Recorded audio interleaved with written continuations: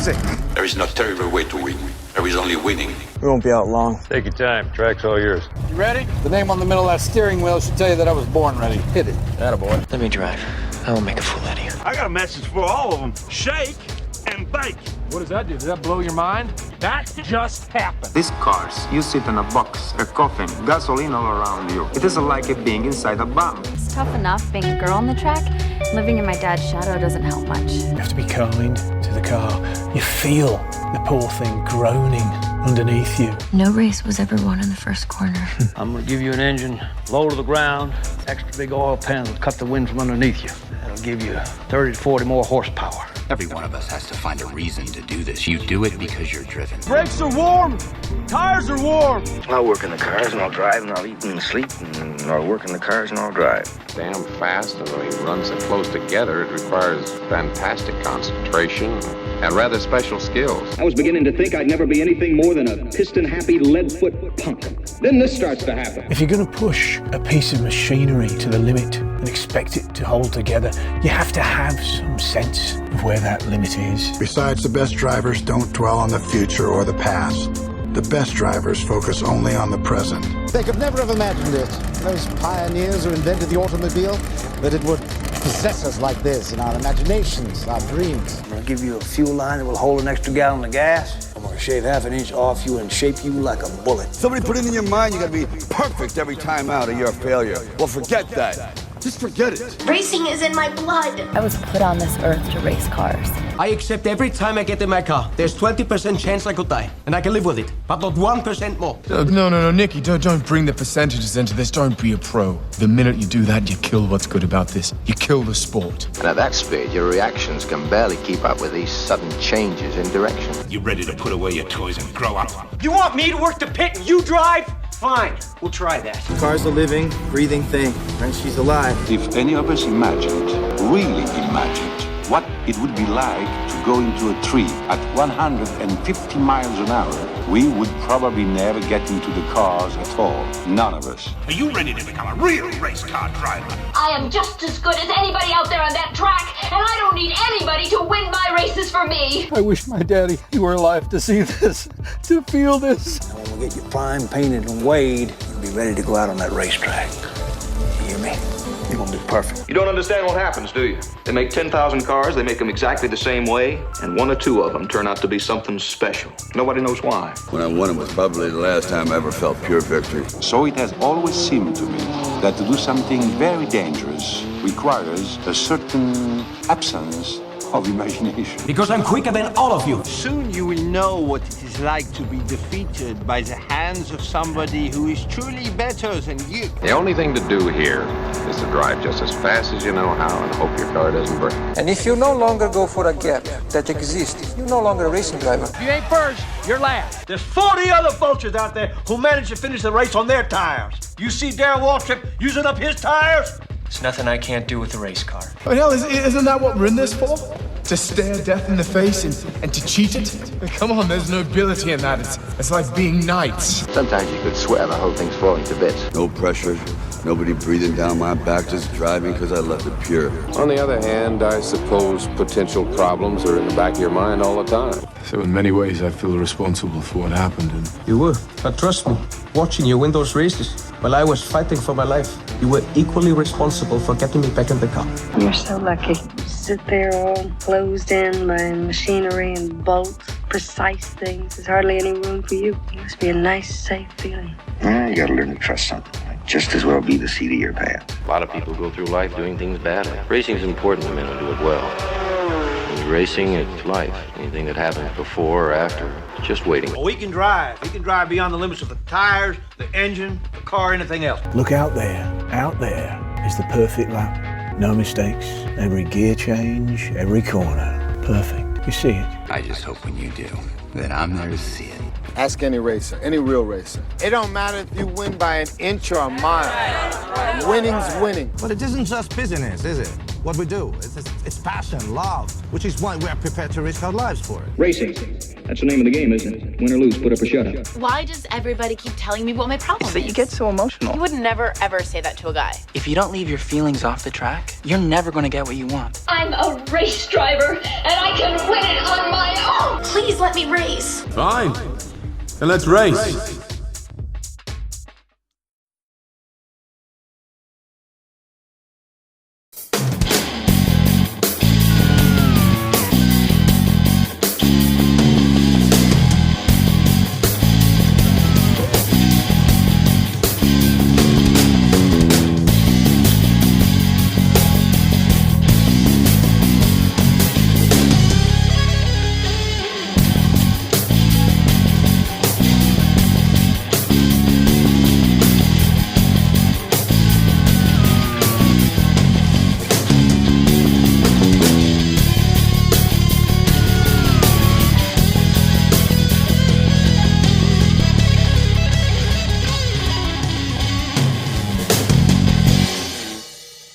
Good morning, good afternoon, good evening, and once again, welcome back to the Grand Prix World Series. My name is Topher Smith, and today we are bringing you the Hockenheim Grand Prix. We are back at the German track for a blast through the forest on the old layout of this Hockenheim ring, and we are really excited to see how this race goes. Power, of course, will play a big part in this race, but also the question of reliability still hangs over all of the teams, especially after the last upgrade window. The teams have put their money into upgrading their power, into upgrading their reliability, and we will now see how that has affected the pecking order as we get ourselves well and truly into the second half of this season. But first of all, a major announcement to bring you for the Grand Prix World Series, and that is the introduction of the Macau Grand Prix. The first ever Grand Prix World Series Macau Grand Prix will take place at the end of this season, and how it will work is the top 13 teams across both divisions of this season's Grand Prix World Series will qualify for the race, and then heading into the race itself, all of the power and all of the reliability will be equalised so that every team has an equal opportunity to fight for glory in what will be a non-championship race, but it will be the prestige Grand Prix of the season, a sort of end-of-season party, if you like, as they blast around the streets of Macau for all-out glory heading into Season 4. Now, when the Macau Grand Prix comes around, each team that qualifies will be allowed to choose from their allocation of drivers as to who will race in the Prestige event. They will be able to race their 2 regular race drivers if they wish, or they could put in a reserve driver if they want to. It's completely up to them who they decide to field at the event, but it's the top 13 teams across both divisions that will qualify for the main event. A bit of extra incentive for those midfield teams to go and pick up some extra points in the remaining few races of Season 3. So we have that to look forward to at the end of the season, but for today we are looking ahead to the Hockenheim Grand Prix, and once again we're going to start off with the League 2 event, and heading into this one it is Marcus Ericsson who leads the standings on 103 points, the first driver in League 2 this season to break into triple digits, ahead of his teammate Pascal Wehrlein on 91. Brendan Hartley still third place overall on 85 points, ahead of Tatiana Calderon on 80. Those 4 are the main 4 fighting for the championship at the moment. Alexander Rossi not won a race this season, but consistently scoring points to put his LaRousse 5th in the standings overall. 1 point ahead of Jack Aiken in the Force India. And Mick Schumacher, having joined the championship late, is making his way up through the order. Now on 52 points in the Mars-Car Lola, lying in 7th at the moment. Where will he be after today's home Grand Prix for the German? Kimi Sato, the winner in Fuji, is 8th in the championship on 49, 1 ahead of Lucas de Grassi in the Zaxpin of 48, and Takuma Sato puts both of the Domes in the top 10 on 40 points. In the team standings heading into this one, Von Mattel absolutely dominating the season at the moment on 194 points. Mastercard Lola playing a bit of catch-up at the moment on 142, a couple of race wins away from the Von Mattel team, but they will be doing everything they can to close that gap in the last few races of the season. Pacific Grand Prix still just about clinging on to third place at the moment and in line for that promotion into League 1 for Season 4, but Dome on 89 points in 4th will be doing everything they can to overhaul Pacific and get that promotion for themselves. Zaxspeed also there or thereabouts on 85 points in 5th. Force India are in 6th on 71, LaRousse on 60, Andrea Moda on 59, Ram Racing on 40, and Scuderia Coloni on 39. That is your top 10 in the League 2 team standings. Now, as far as qualifying is concerned for today's League 2 Hockenheim Grand Prix, The home fans will certainly be happy with this one. Mick Schumacher and Pascal Wehrlein make it an all-German front row for Lola and von Mittal. Marcus Ericsson, our championship leader, is third ahead of Tatiana Calderon, who makes sure that both MasterCard Lolas are in the top 4. Gary Paffett and Alan McNish doing a fine job for Ram Racing to go 5th and 6th to lock out the third row. Jaime Alguersuari having a much better qualifying session than he has done in previous races. 7th in the Scuderia Coloni, ahead of Takuma Sato, 8th in the Dome. Raffaele Marcello, 9th in the Force India, and Lucas Di Grassi, 10th in the Zakspeed. The Zakspeed team enjoying their home Grand Prix today. Sergio Sette Camara, 11th in the Pacific, ahead of Kimi Sato in the Dome. Jack Aitken, 13th for Force India, ahead of Christian Lundgaard in the Coloni. Alexander Rossi and Callum Eilert are 15th and 16th for Larousse, ahead of Dan Tickton, the leading Real here today, also the team's home Grand Prix today. Oliver Rowland, a bit of a disappointing qualifying session for him in 18th. Mirko Bortolotti in the Dams Violent is 19th, ahead of Jake Dennis in the Andrea Moda in 20th. 21st, Brendan Harley. Another disappointing qualifying session for the Kiwi. He really needs to sort out these qualifying sessions if he's going to get himself back into this championship fight. Mike Conway, 22nd in the Real, ahead of Nelson Piquet Jr., Andre Lotterer, Fabio Lima and Luciano Becchetta, the two Carlins, rounding out the grid for today. Well, to take you through the action, we're going to head down to the commentary box where Tom Cairns is ready and waiting. Mick Schumacher on pole on home turf. Can he convert it into another victory and throw himself into League 2 Championship contention? Pascal Wehrlein, his compatriot, is alongside, and the drivers are on the grid now, ready to go for the start of this race. The 5 lights are out, and away we go! Schumacher leads then ahead of Wehrlein as they come towards turn number 1. Schumacher got the better of the two starters, but he leads straight out of the blocks, out of the first turn and into the lead with Wehrlein in second place. We've got Marcus Ericsson in third, ahead of Tatiana Calderon, Gary Paffett and Alan McNish as they come down the first of the back straights before we get to the first of the chicanes, which is the Clark Curve. What a start for Mick Schumacher in the MasterCard Lola. Great start from him. And now we watch the grid make their way through. Oh, there's contact behind. Quite a concertina collision there. Couldn't quite tell who that was. We were right on board with the Zakspeed of Oliver Rowland, who was going through the chicane. He got hit from behind by who, though? That's the question we want to get the answer for. And it's Nelson Piquet that ran into the back of the Real in front there, and he's lost his front and rear wings. So I want to know who actually caused that behind. It must have been someone behind Piquet. Now, was it a Carlin that ran to the back of him? Both of the Carlins were behind Nelson Piquet Jr. going into the first chicane. No, I think Piquet kick-started all that. I think Piquet had started it all off. So we may need to get another onboard view unless we cut away from that now. But we'll wait and see what the stewards say on that. And it's gone down as a racing incident. No further action is going to be taken. And now we are seeing the dome that looks like Kimi Sato, I believe, that's just getting through on Jaime Alguersuari there into the OS curve and through into 8th place he goes. Mick Schumacher leads then by nearly 2 seconds over Marcus Ericsson in the von Mittal. We've got Tatiana Calderon is now ahead of Pascal Wehrlein. So Wehrlein is down 2 positions from his starting position as we watch the Rams go toe-to-toe. That's Paffett getting through on McNish. And then behind the 2 Rams are the 2 Domes, the 2 Satos of Takuma and Kamiya.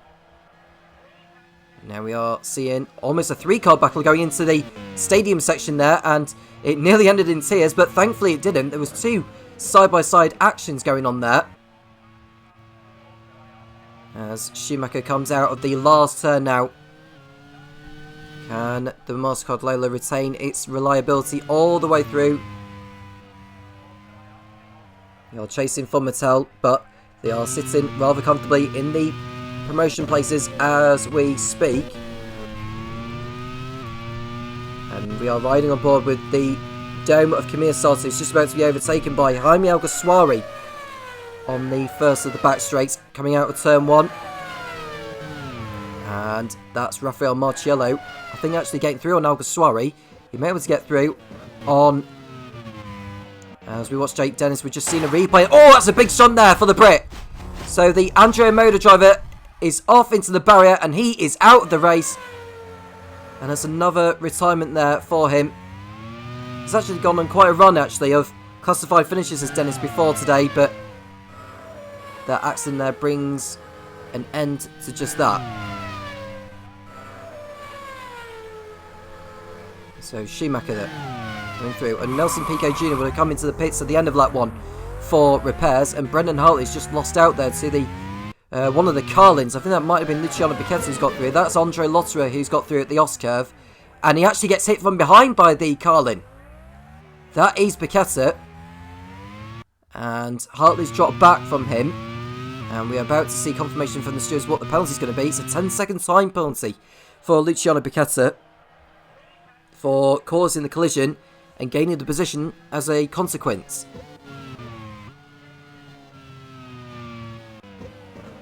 So far, so good then for Mastercard Lola and Fonmetal. Looking very, very good for promotion this season.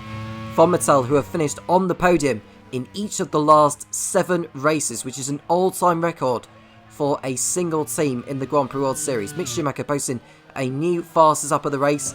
Marcus Ericsson in second, chasing him down all the time.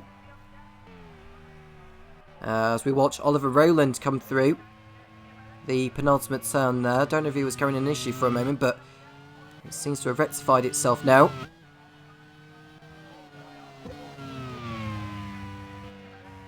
We're on lap 3. Schumacher continuing to lead out in front. Marcus Ericsson is second, ahead of Tatiana Calderon third, and it's Pascal Wehrlein, Gary Puffer, Alan McNish, Takuma Sato, Kamiya Sato, Jaime Alguersuari, and Rafael Marciello in the top 10. Coming into this round, Marcus Ericsson came into this 12 points clear at the top as we watch Marciello make a move on Alguersuari into the Os curve, and that's enough to move the Force India up into 9th place. Now Mick Schumacher arrived into this round with 52 points. He's got another one because of the pole position. He's got the fastest up as we speak, and he's in the race lead right now. Should he collect the maximum, he would go on to 79 points. He would go in front of Jack Aiken and Alexander Rossi, who is down in 14th place as we speak. He'll just be behind Tatiana Calderon in the championship standings. It looks like Mick Schumacher could well be in contention for the championship in League 2, with 6 rounds to go after this. And another new fast up has been posted by Mick Schumacher as they begin lap 4. After Hockenheim, we go to Pannonia in Hungary, Valencia in Spain, and it's off to South America, Buenos Aires, Argentina, Curitiba, Brazil, San Carlos, Venezuela, and the 16th and final round will be at Laguna Seca, California, USA. And after the season's finished, the Grand Prix World Series will host its first Macau Grand Prix event, which should be very exciting, and it'll involve the top 13 teams across the 2 leagues of this season in terms of points. Certainly going to be a very exciting occasion. Now that won't count towards the championship. It is a non-championship event. It's a good way of winding down the curtain for the season. We're on lap 4. Now last season in League 2 in Hockenheim, 22 drivers finished the race, which at the time set a new record for the Grand Prix World Series before Istanbul had exceeded that total in this campaign. We've had 1 retirement so far already. Jake Dennis crashing out on the second lap at turn 1 all by himself. No one else was involved. Nelson Piquet Jr. at the back in 25th place in the Dans Vaillant. He's in his second race for the team since he and Mirko Bortolotti were drafted in following the mid-season test at Dijon-Bourgogne in place of Théo Pourchaire and Simona Di Silvestro. There's Ericsson in P2 as it stands. He'll go on to 121 points. He'll distance himself further clear of his teammate Pascal Wehrlein. Brendan Hartley's at the back at the moment. He's nowhere near the points, and Calderon is running in 3rd place. She would move ahead of him. As we watch Callum Ilott, who's running in 16th position. Now they come towards the chicane. And Ilott is able to keep his nose in front of what is the Real, behind him, which is Dan Titson, who came very close to scoring Real's best result of the season until Mechanical Gremlins had caught up with him. And in fact, he's pulled off a double overtake on Callum Ilott and Lucas Di Grassi to put himself up into 15th place. That's nice driving there from Dan Titson. Real going into this round with just 2 points on the board all season.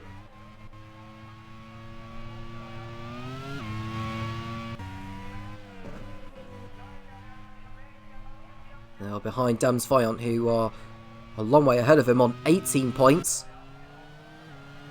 And following their podium finish in Brands Hatch, Ram Racing have gone up the order a couple of places.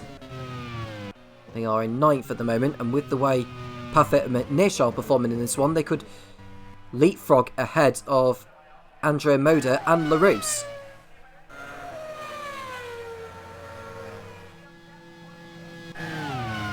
Could there be a late push for Ross McGregor's Ram Racing team in their debut season in the Grand Prix World Series?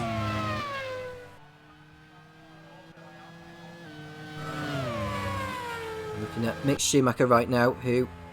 Sorry, that's not Mick Schumacher, that was Tatiana Calderon we were looking at. This is Mick Schumacher, who's just coming out of the OS curve, 2.3 seconds ahead of Marcus Ericsson. The question is, what fuel strategy are they looking to do? Now, it's a long circuit, is this old configuration of Hockenheim. It's just under 7 kilometres long. As we watch Dan Titson trying to fend off the sack speed of Lucas Di Grassi. He's chasing after Christian Lundgaard as we speak. There is Mick, continuing on his way. We're on lap 6, coming towards the end of lap 6. Now the team managers have just had the latest upgrade window. They have upgraded their machines in terms of the reliability and brake horsepower. How much of an effect will it have for the next few rounds before the next upgrade window opens after round 12, which is in Valencia? And it looks like Takuma Sato is in the pits at the end of lap 6. That's very early to make a pit stop. Is Takuma carrying an issue? It's difficult to say, but he's dropped down the order and he'll head to the back of the pack. He may be able to set a new fastest lap or something, Takuma, once he's on the fresher rubber. That may affect his race in the long term. Now Dome, who haven't been in the best of form in recent races, they did get points last time out in Brands Hatch. A 7th place finish coming in the hands of Takuma Sato. Kamiya Sato finished in 13th. And as it stands with where they are in the Teams Championship, they are 4th on 89 points, 12 behind 3rd place Pacific. But they're a long way off MasterCard Lola and Vomitel, who look destined for promotion to League One for next season. Here's Titson with that black and white checkered helmet of his. And he's made up another position there. He's gone through on what looks like Alexander Rossi for 14th position. No, it's Lucas Di Grassi again, I should say. So I think Di Grassi may have got ahead of Titson for a moment, and then Titson was able to take the place back. And we are seeing Andre Lotterer trying to get through on Oliver Rowland into the Gip corner. And no change for position there. It's definitely a circuit that you can get overtakes completed on.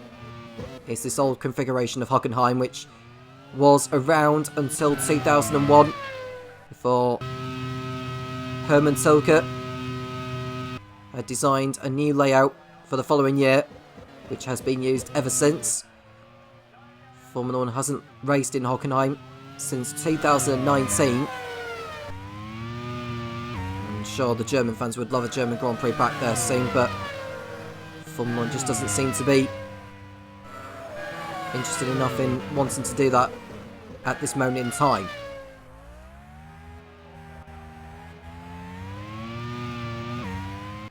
Rafael Marcello getting through on Kamir Sato, I believe that was, and he's in 8th place now. Kamir Sato down to 9th. Jack Aiken in the second Force India is in 10th place. As we watch Fabio Lima go for a move on Brendan Hartley, and that's for 21st place. So that's a neat overtake there from Fabio Lima. Kamir Sato's not too far behind those two. We see a move from Lucas Di Grassi on Christian Lundgaard, and 13th position is his. Lucas Di Grassi, who's been under pressure to perform. He came close to being dropped by team manager Mike Smith within the Saxby team before the Misano round, and in response he actually finished on the podium with a 2nd place finish, but he hasn't finished in the points since then.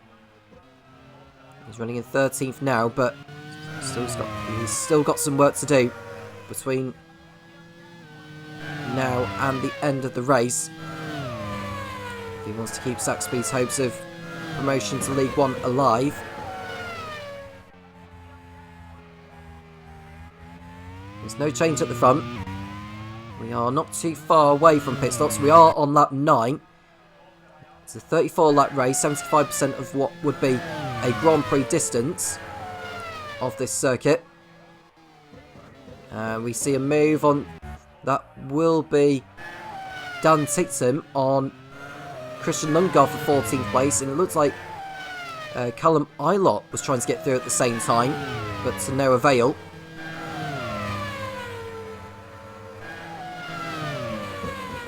We see a move there from Ilott on the inside of Lundgaard into the S-curve, and it's a change of position, and he's through no problem.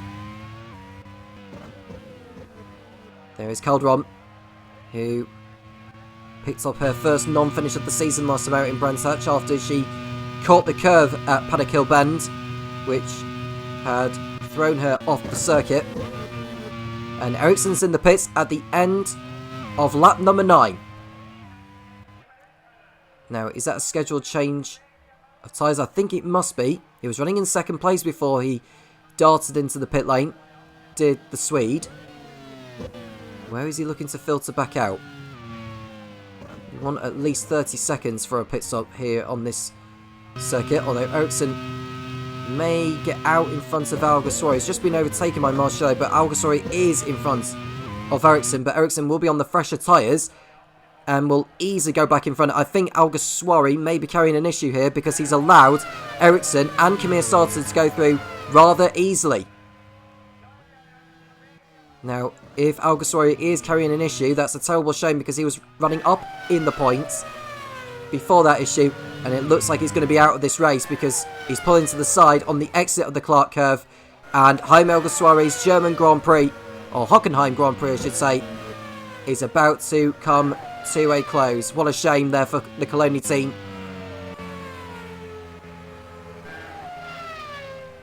And he's about to pull to the side any moment now. He's way off the racing line, but he just needs to be wary of other cars coming through.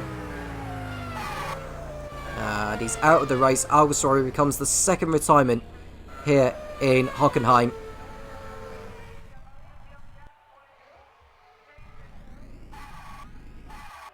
It's an electrical problem for the Spaniard. His teammate Christian Lundgaard going up a position into 15th.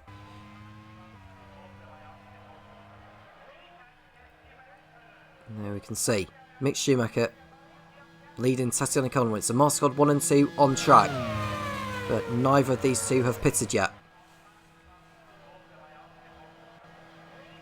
And we can see a move from Brendan Hartley on the inside of Mike Conway, and that's enough to move the Kiwi up into 18th.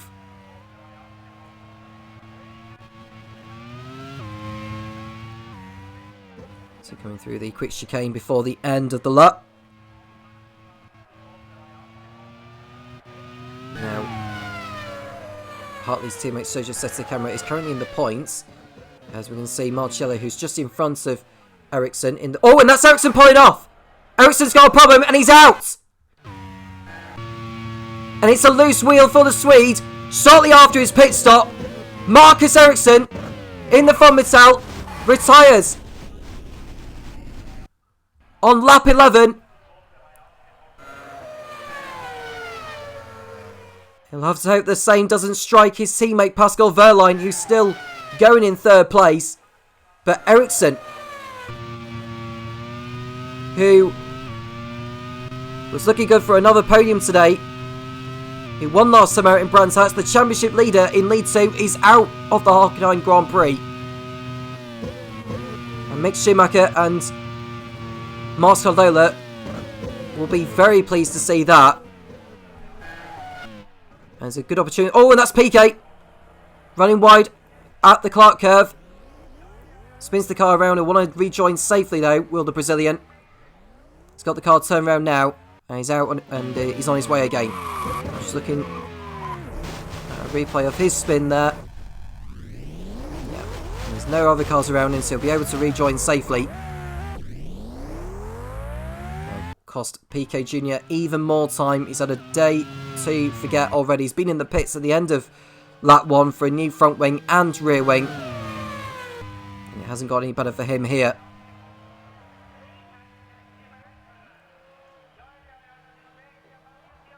So this is actually good news for Marcel Lola in the Teams Championship. Definitely so for Pacific, Sac Speed and Dome.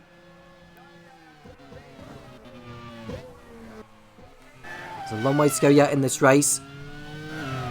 Von Mattel's run of 7 races on the podium is under threat here. Wehrlein is running in third place, and he'll hope to just get to the checker flag, if I'm honest with you. There's no way he'll catch Mick Schumacher, I would have thought. And the Schumacher is on a different strategy to what Wehrlein is doing.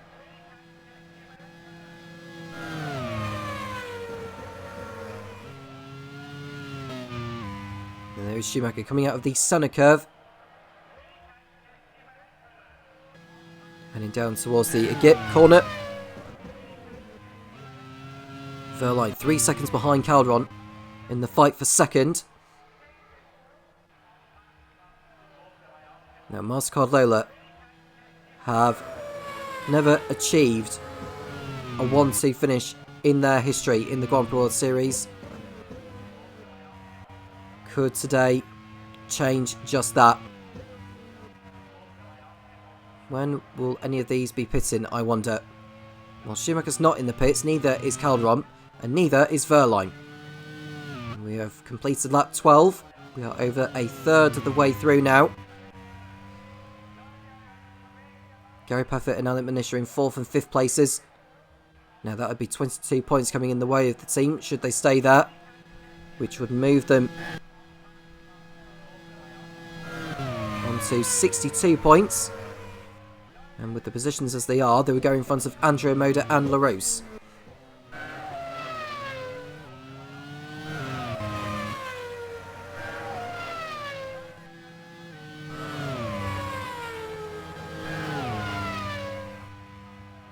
Mick Schumacher holds the fastest up of the race. It's very unlikely that anyone will beat that now, so I think Schumacher is more or less assured of that. He's already won in Dijon-Bourgogne, has Mick. Tessina Calderon has won in Yongam. Is today going to be the day where they finish 1 and 2? They close down the gap to Von Mattel in the Teams Championship. Went into this 52 points behind. If they were to come away with the maximum, which is 45, and Von Mattel come away with only 15, that will cut the gap to 22 points. As Brendan Hartley making a move on Mirko Bortolotti into the S-curve, gets his nose in front. That's a change for position there, and that's enough to move him up the order. Calderon coming out of the last corner in 2nd place. There is Mirko Bortolotti going for it again on Hartley. Side by side they go into the centre curve. And that's another change of position. They're having a good ding-dong battle, those two. There's Wehrlein in 3rd place as Takuma Sato. He's looking to get through on Andre Lotterer, who looks to be carrying a problem. Is the German. It seems to be okay, actually, does the Andrea motor, so it could just be a bit of a mistake that he made out of the centre curve. And that was enough for Takuma to go ahead.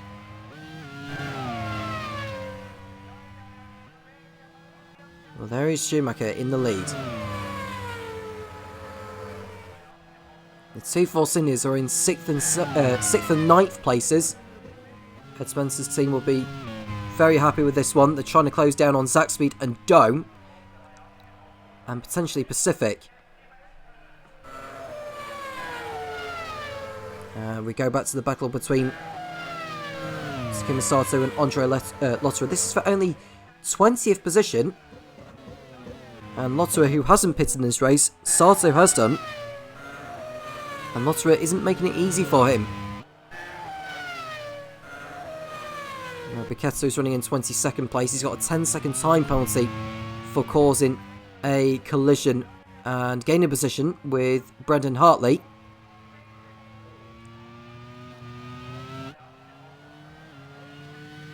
And there is Calderon, who is now 12 seconds off the lead as we see Christian Lundgaard go off the circuit with a suspension problem, and the Dane is out of the way. Both of the Colonies are out now here at Hockenheim. Now I was very worried with Lundgaard potentially spinning back onto the circuit, but thankfully he stayed off the tarmac pretty much. And there he is, out of the way. Not a threat to anyone there. Lundgaard, the next to go from this race. Coloni's race is finished. And Paffett is in from 5th, or 4th rather. And Marcello coming in as well.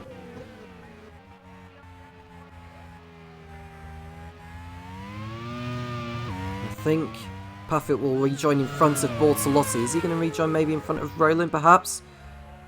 Well, he's looking to get in front of Tictum, who's coming around the first corner, or gone round the first corner.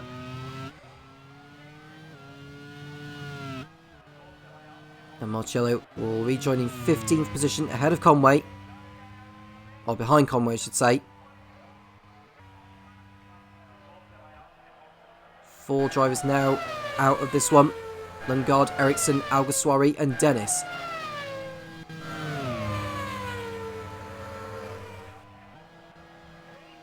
There's Lotterer trying to get through on Takuma into the Clark curve. No move there at the moment. Nelson Piquet Jr. pits in for the second time in this race. And Mick Schumacher comes in at the end of lap number 15. And Calderon will take over at the head of the field for now. And there is Hartley, who is carrying an issue, unfortunately. So it looks like one of Kevin McMullen's cars are going to go out of this one. It's a body blow to Brendan Hartley's championship hopes. He was towards the back anyway, but this is not what he needed.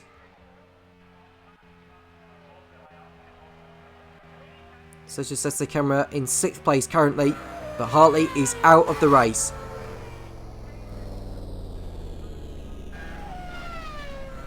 And his teammate Setzer Camera is actually coming in for his only stop of the race. And Hartley's race is up in smoke, and he goes no further. There is Calderon, there is Verline. Mick Schumacher rejoining 3rd place, well ahead of Kamiya Sato. So he's got no back markers to worry about, or any traffic to deal with. There is Lotterer, still behind Takuma Sato. These are still tussling, you know.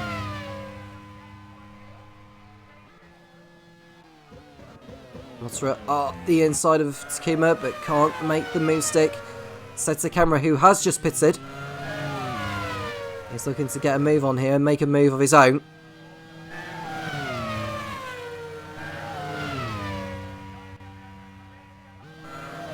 Way through at the moment for the Brazilian. But his opportunity will come. Calderon pits in from the lead a lap after her teammate Mick Schumacher came in. That allows Pascal Wehrlein to go back ahead.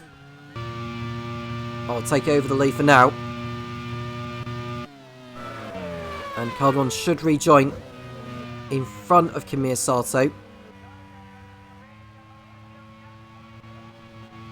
Yeah, she's well out in front of Kamir, I think, because Kamir's in the pits. So Aiken goes up to 4th place. Alexander Rossi now 5th. Gary Paffett will go back up the order too. Dan Titson coming into the pits for Rial.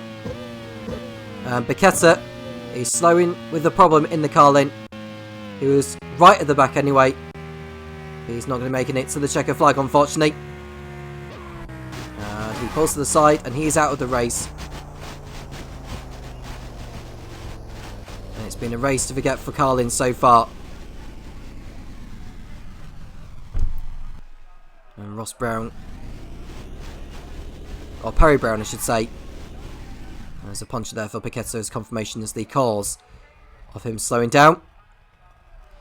They don't look like they're going to be looking anywhere near a promotion race. They are 11th in their debut season with 27 points.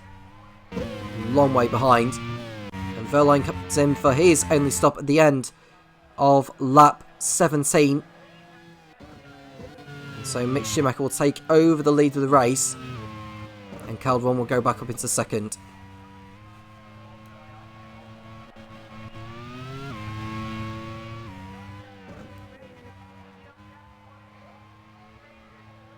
Caldron's coming around the last corner now. But she'll be in front of Verline, no problem.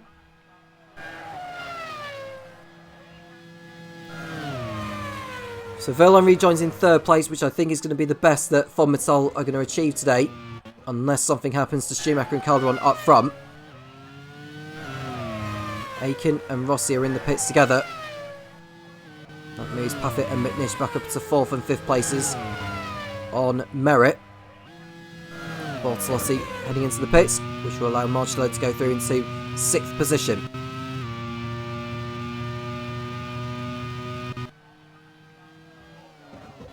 And there's Sete Camera dicing it with Takuma Sato.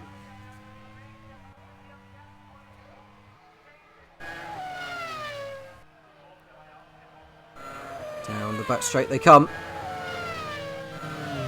There is Sete Camera, there is Takuma Sato. Into the Clark curve once more, but no change between those two just yet. Sete Camera is on the fresher tyres to what Takuma is doing.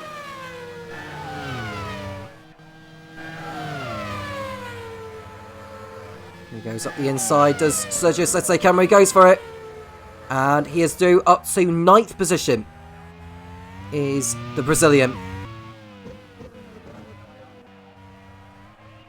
Verline in P3. Doing a cracking job so far. Or the best he can. And there's Rossi up the inside of the dome.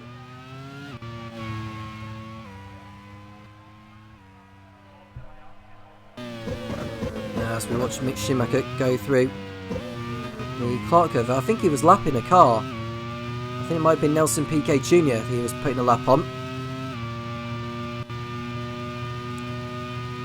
He's through no problem anyway. And Verline, who's trying to close down on Calderon. And the gap at the moment is 3.8 seconds.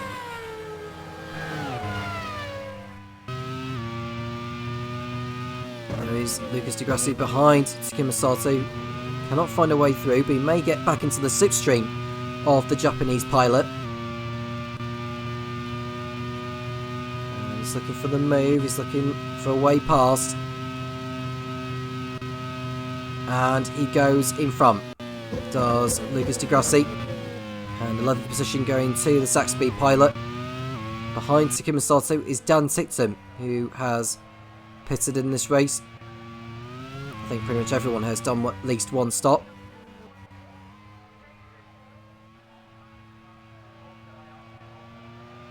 So we've done 19 laps of this race now.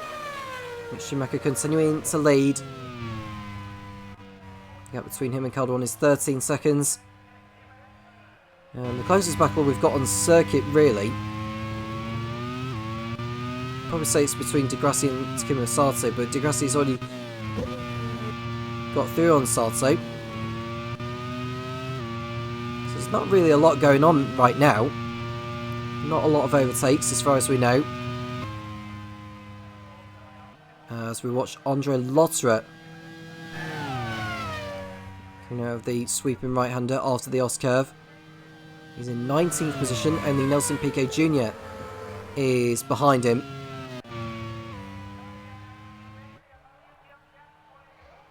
And Lotterer is behind Mike Conway and Fabio Lima as we watch Mirko Bortolotti competing in his second Grand Prix World Series race. He finished behind his teammate in 12th in Brands Hatch.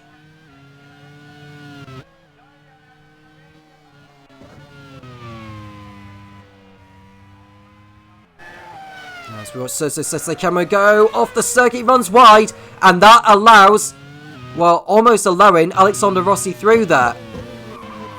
So he just went too deep there, went over the curbs. And I don't think that really put Rossi off, in all honesty. Although he may have to slow down to avoid a collision.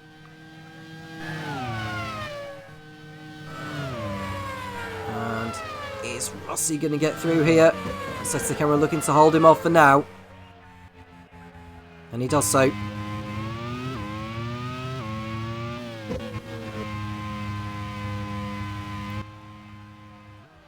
There's Sette Camera ahead of Rossi. Rossi diving to the inside of Sette Camera into the centre curve, and that's enough for Rossi to get through. And it looks like the Zaxby's of Degrassi is trying to get through at the same time. Sette Camera is really struggling here. Degrassi has got his nose in front here, and he's through, no problem there. Next one behind Sette Camera is Takuma Sato.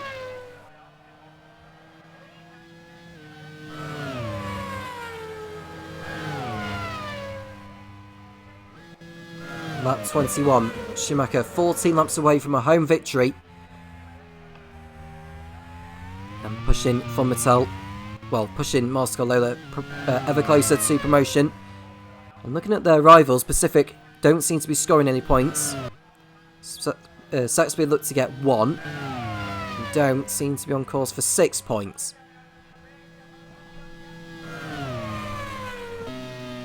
And we see the Carlin of Fabio Lima pulling out on the exit of turn 1. Andre Lotterer going through.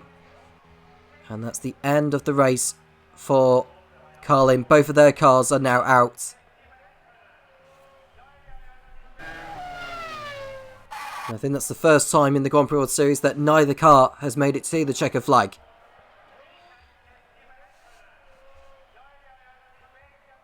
So that's another one out of this. And it's still a Master lower 1 and 2 at the head of the field. Gearbox problems for Lima. As we see Calderon and Verline going through.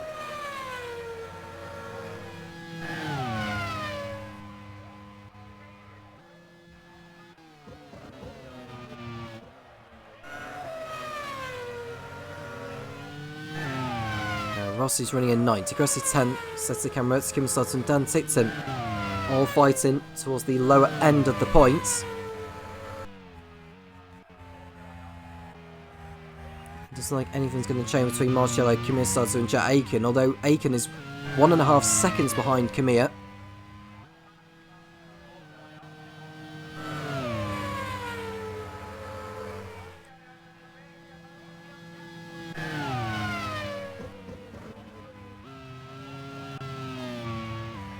Not got too long to go left in this race. We've got 12 laps to do at the end of this one. Mick Schumacher's lead is 14.6 seconds over Pascal Verline. Over Sebastiano Calderon. 14.6 seconds, I should say. Verline 18.3 seconds off the lead.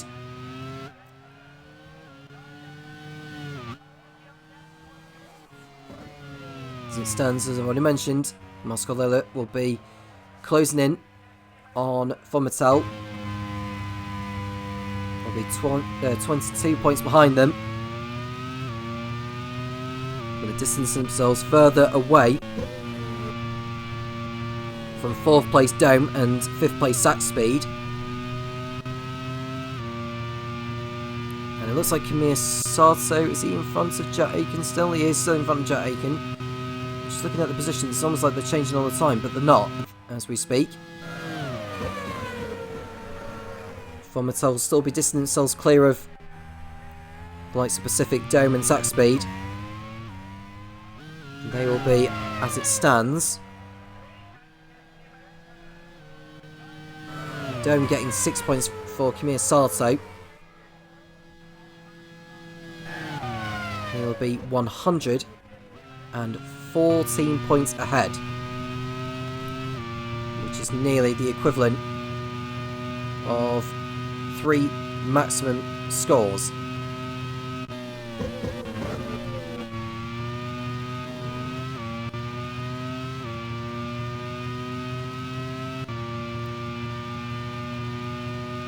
We've got the League 1 race coming up later today, so stay tuned as we watch Mick Schumacher coming out of the last turn to complete another lap. And there's no trouble in him right now. Only mechanical gremlins can stop him.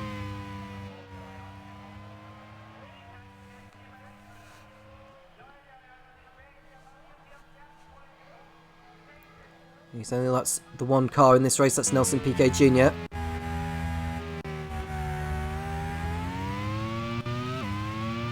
As we watch Callum Ilott.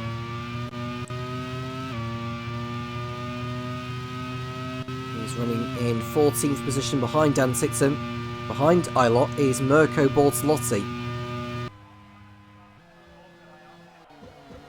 Calderon's just lapped Piquet Jr. Vernon will be doing the same shortly.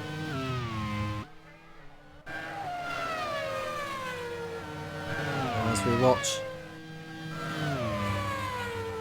Just seeing the leaderboard at the moment. We're not seeing too many changes right now. Definitely not in the top 15 anyway. Schumacher absolutely flying. Driving like he owns the circuit.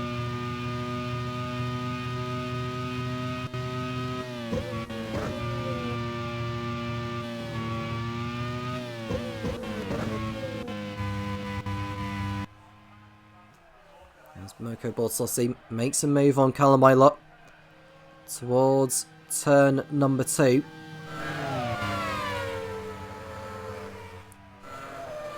He's up the inside is the Italian, but Ilott is able to hold him off for now. So decent defensive driving there from Callum Ilott.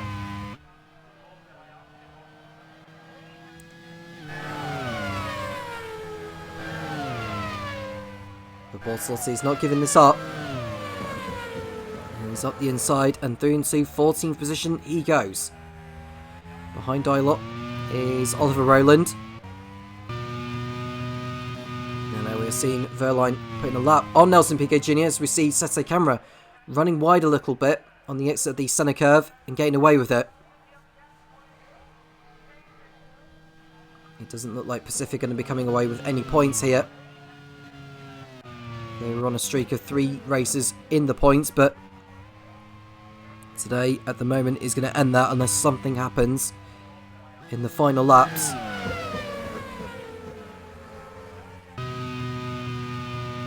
And there we are seeing Andre Lotterer in the Andre Moda on his own in 18th place. No chance of points again for Andre Moda, who are without a manager at the moment.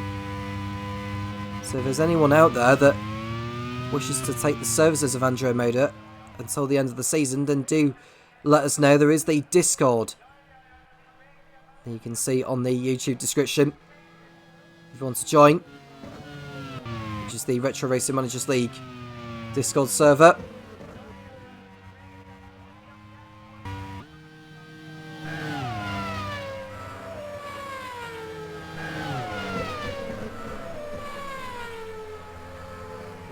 on lap 26. Schumacher's just completed his 25th lap.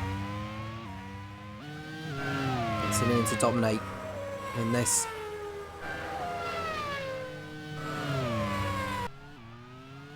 And there we are seeing Nick coming out of the Clark curve.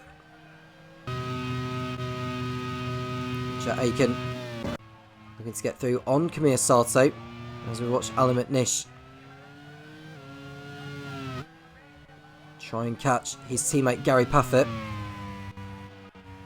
McNish is over 12 seconds ahead of Rafael Marciello.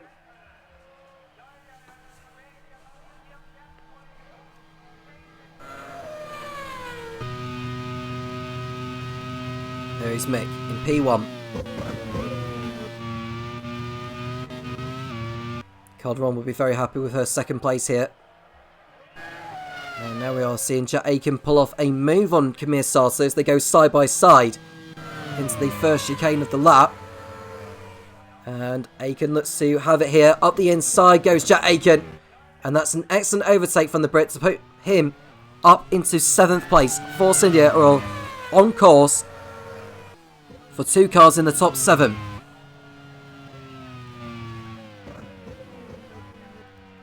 And it's something they've never achieved before during their time in the Grand Prix World Series. They finished 6th and 8th in Brands Hatch last time out.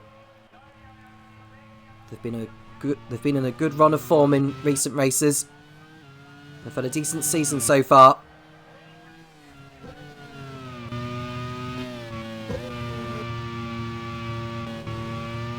There's Verline. He's now about 3 seconds behind Calderon. Still chasing for that second place. He also needs to think about the championship. As it stands, he'll be moving into the lead by 3 points over his teammate Marcus Ericsson.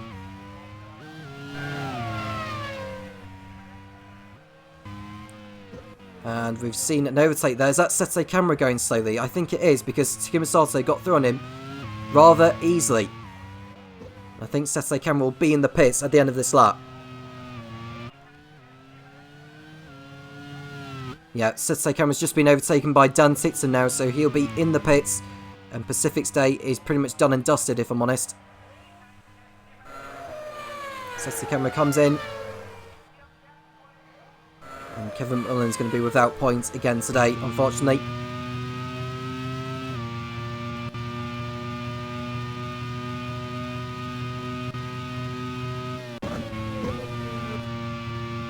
Here we see Pascal Verline behind Tatiana Calderon.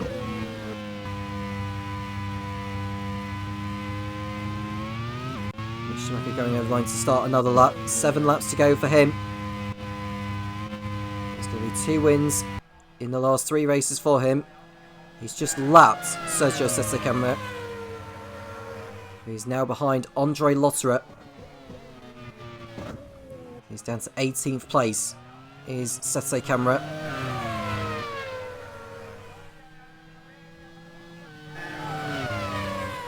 Schumacher looking to get through on Lotterer, who will stay out of the way here.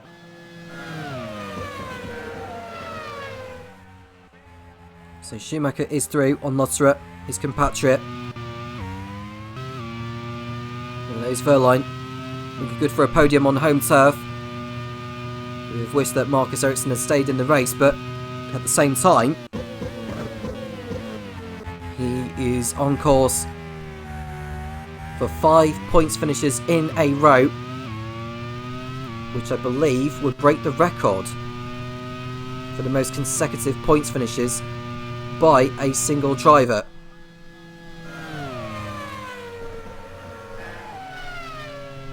I think that's correct, although I might be wrong on this occasion, but at the same time, in fact no, Jose Maria Lopez, who will be making his debut in the Grand Prix World Series later, well not the debut, but his return to the Grand Prix World Series later today. I think he holds the record for the most consecutive points finishes with 8. And then we can see Sete Camera making a move on Andre Lotterer into turn 1. Can't make the move stick. What I was maybe going to say about Pascal Verline is that should he finish on the podium today, he will go level with Scott Dixon. Although Dixon will be racing later today, so should Dixon finish on the podium, he'll extend his run to 5 podiums in a row.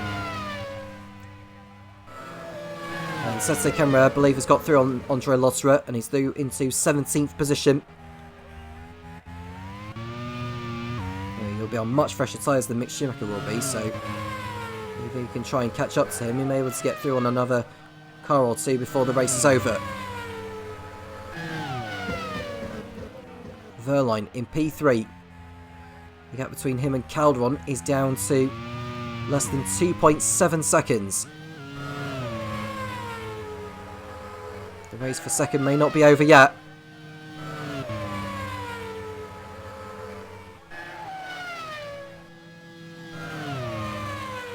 And Dan Tittum's in 12th position. This is Riel's home race as well as Zach Speed's. Although they're not having the best of days, either of those two teams, in all honesty. Degrassi is in 10th place, Rowling in 15th. And for Riel, they've got Tittum in 12th and Conway in 16th.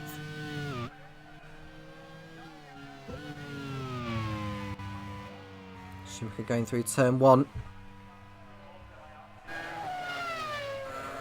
We'll be coming up to another few back markers.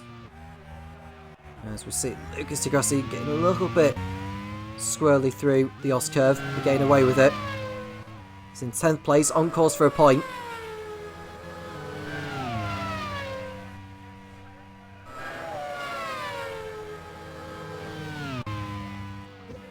Verline is slowly but surely closing in on Calderon, with 5 laps remaining. It's a long circuit, so there's plenty of time to make up ground, but not enough time, I don't think, for Verline.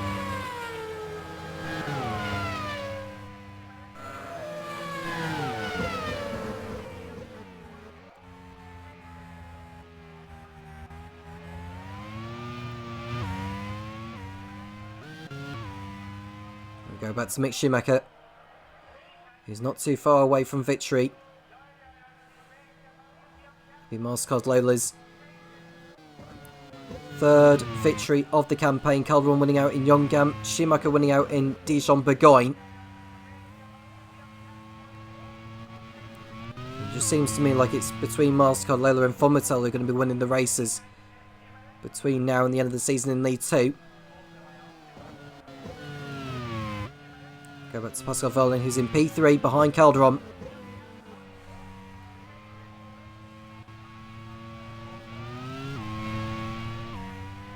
Verline's got 28.5 seconds in hand over Paffett.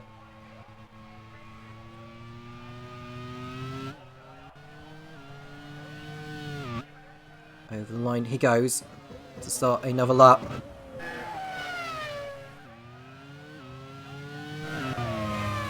So Schumacher really on form so far in his Grand Prix World Series career. He's had a DNF in Misano,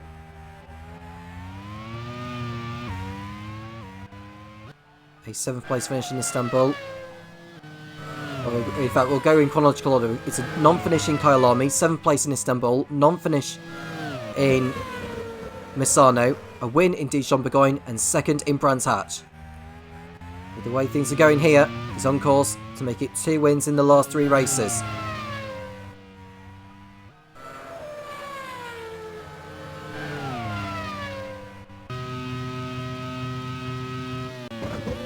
Calderon will be wanting the checker flag to come out now. Behind Calderon is Verline, who's 2.8 seconds behind, so he's dropped back a little bit. As the German.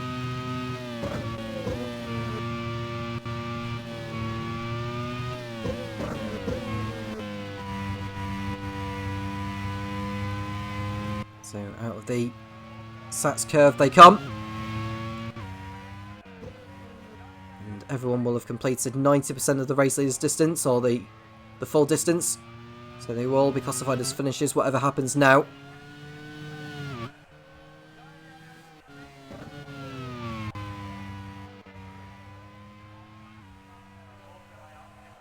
In terms of the battles going on right now, the closest I would say,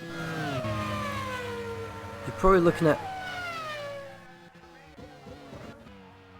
between Ilott and Rowland for 14th position.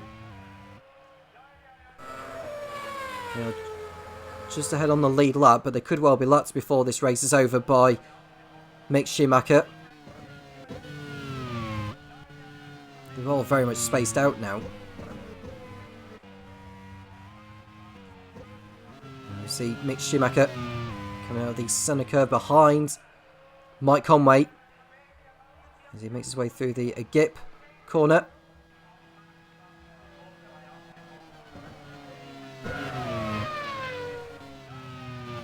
now they come towards the Sachs curve. Schumacher putting a lap on Mike Conway. He goes through, no problem. He may have lost a little bit of time, but he's got plenty of time in hand over Calderon and Verline.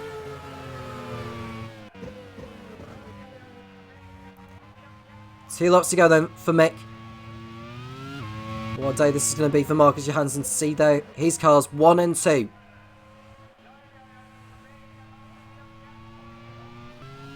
And what a result for Ram, with McNish in 5th place and Pavitt just ahead of him in 4th. And they'll continue to move up the order in the team standings. With Pacific not scoring, Dome only picking up 4 points, and Zach Speed only picking up 1 point. Force India are going to be closing on this, as are Ram.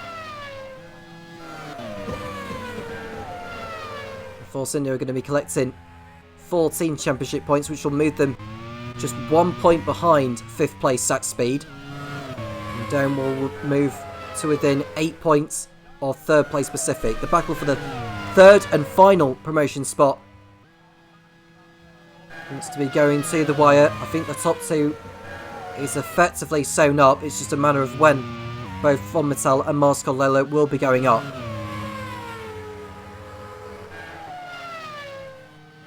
And there's Verline continuing on his way. Degrassi's less than 2 seconds ahead of Takuma Sato. Mick Schumacher will be beginning the last lap in a moment now. What a race it's been from him. Just untroubled from start to finish.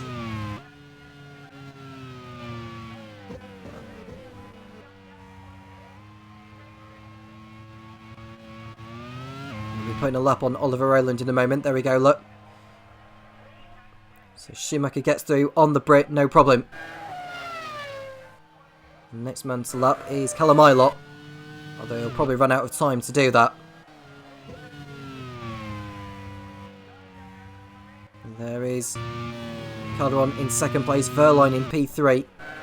As Conway runs wide and nearly taking out Sete Camera on the exit of the Clark curve. Thankfully, he didn't take out the Pacific, otherwise that would have resulted in a race ban. Just been lapped by the leader as well. It's Mike Conway. I don't know if that's put him off for a little bit, but we are on the last lap. It's getting to the end of the race, and now he's in a battle with Sergio Sete Camera, which, believe it or not, this will be the closest battle on circuit. And this is for 16th.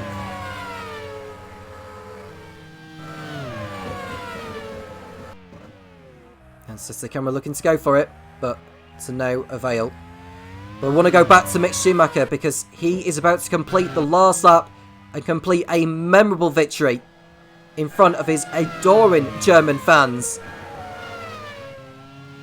And not only that, for Marcus Johansson's team, it's going to be their first ever 1-2 in the Grand Prix World Series. It was the 1st and 3rd in Dijon-Bourgogne. Today, it's going to be even better than that.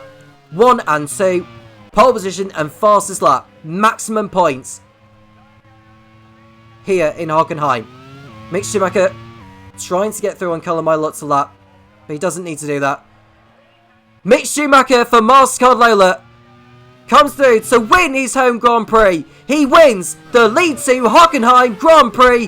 What a sensational performance in Germany by the man who carries the name of the 7-time Formula World champion Michael Schumacher. It is Mick Schumacher who comes out on top.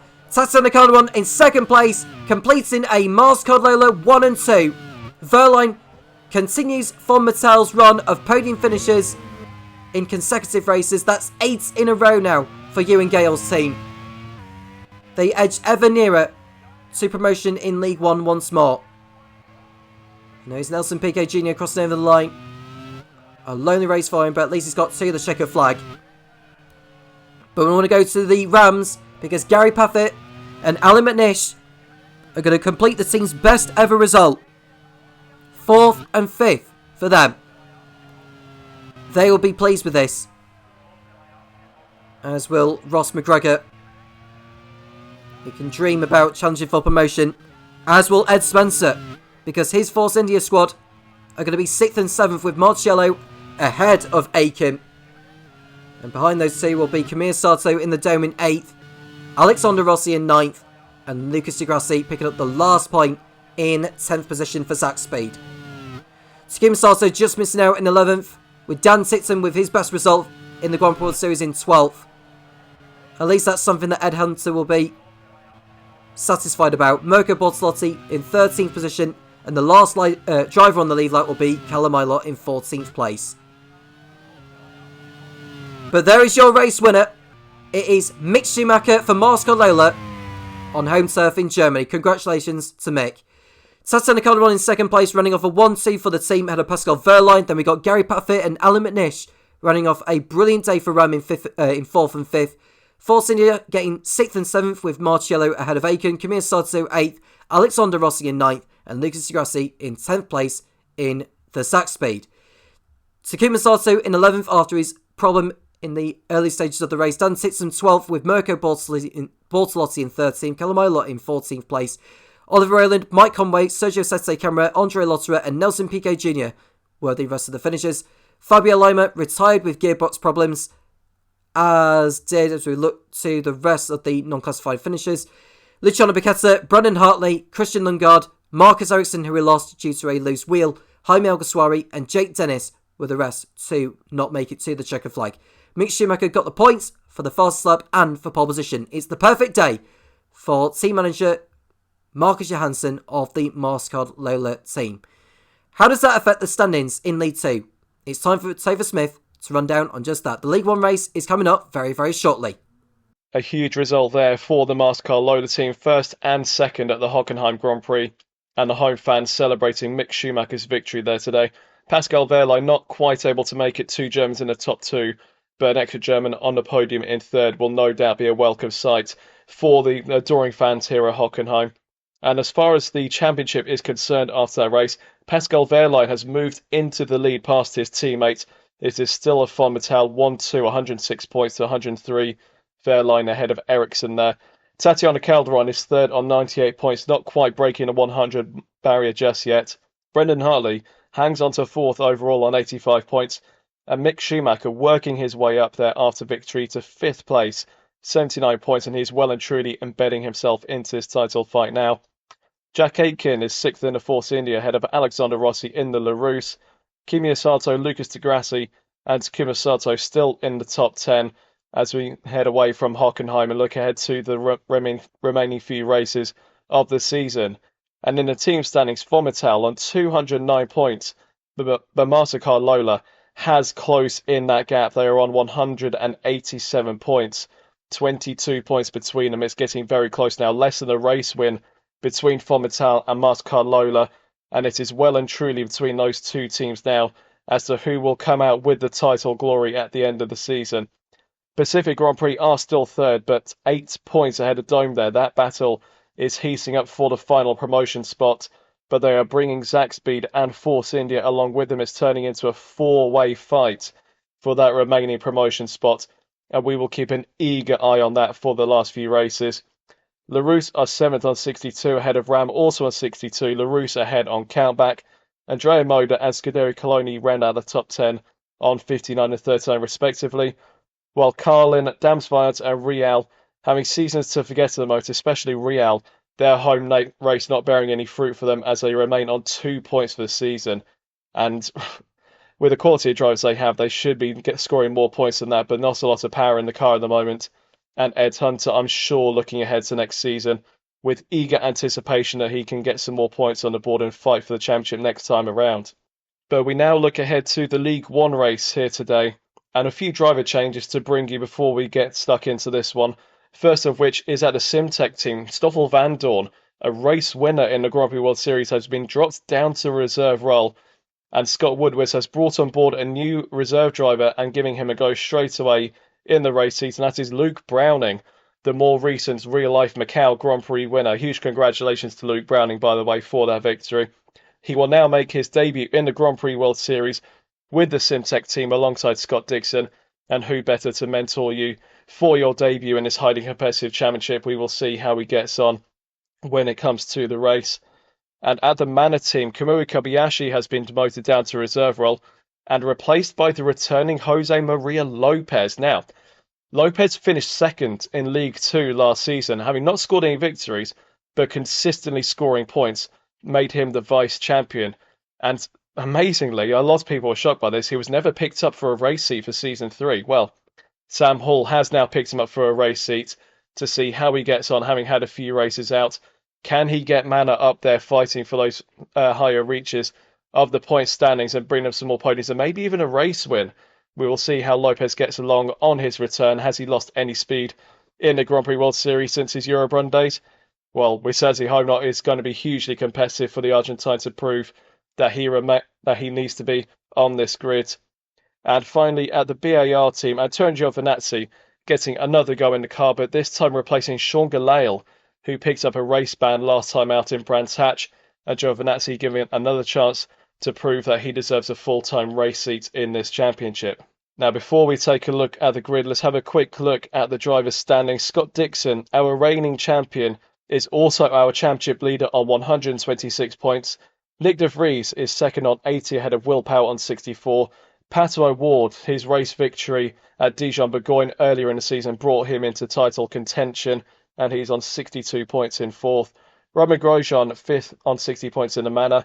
Antonio Felix da Costa, he'll be disappointed with sixth in the standings on 56 points, having had the speed to win many races this season, but not the reliability, unfortunately.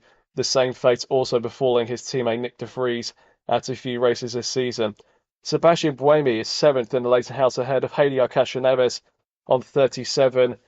Kamui Kobayashi, who will not race today, is ninth on 37 also, and Stoffel Vandoorne, also who will not race today, on 36. That is 3 of the top 10 in the standings who are not racing at the Hockenheim Grand Prix.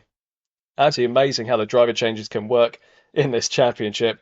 But in the team, Simtek leads the way on 162 points, only 9 ahead of Leighton House on 153, who in turn are 9 ahead of Minardi on 144.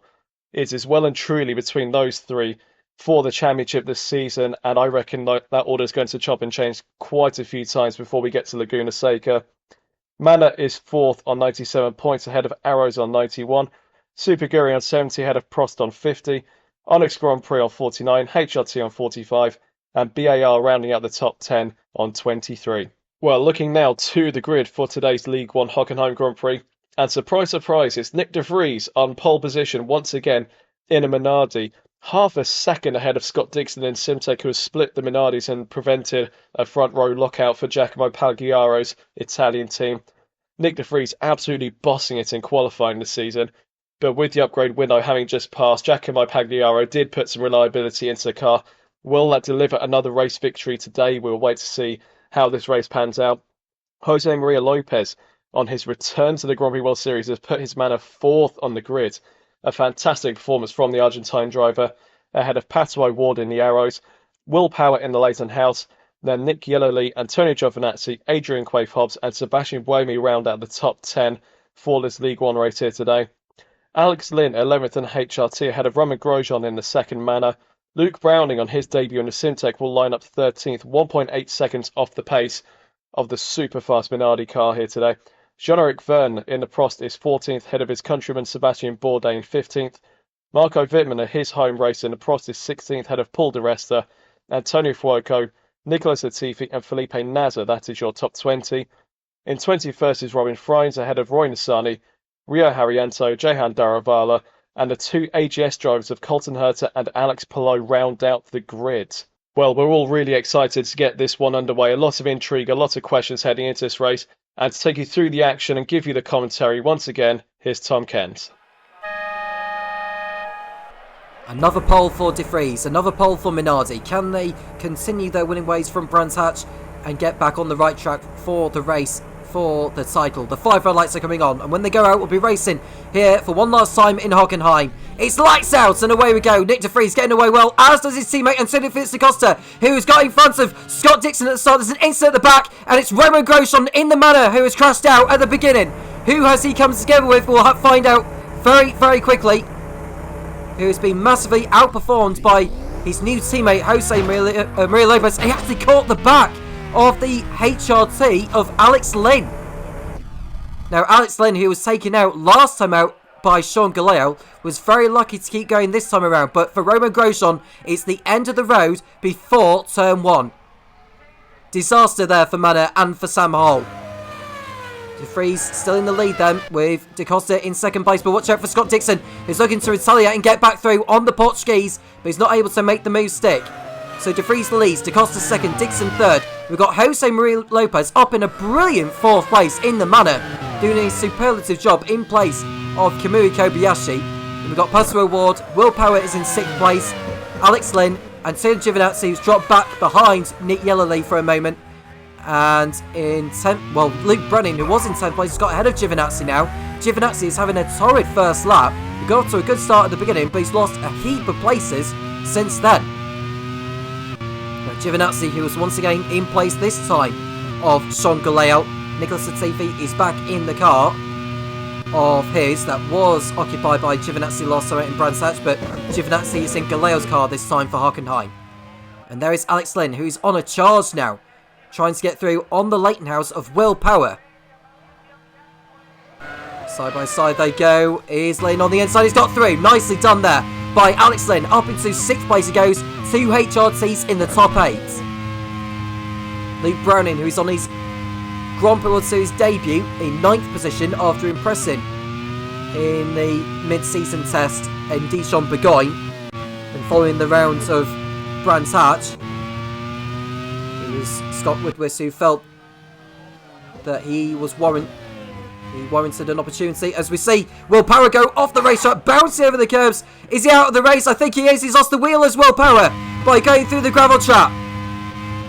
Now, Nick Yellerly was alongside going into turn 1, or was it the other way around? I think Will Power tried to get back through on Alex Lynn. The move backfired. Lynn closed the door, and the left front is off Will Power's car, and he is out of the race for the 3rd time in a row. Dijon-Bourgogne, Brands Hatch, Hockenheim. No points for Will Power yet again.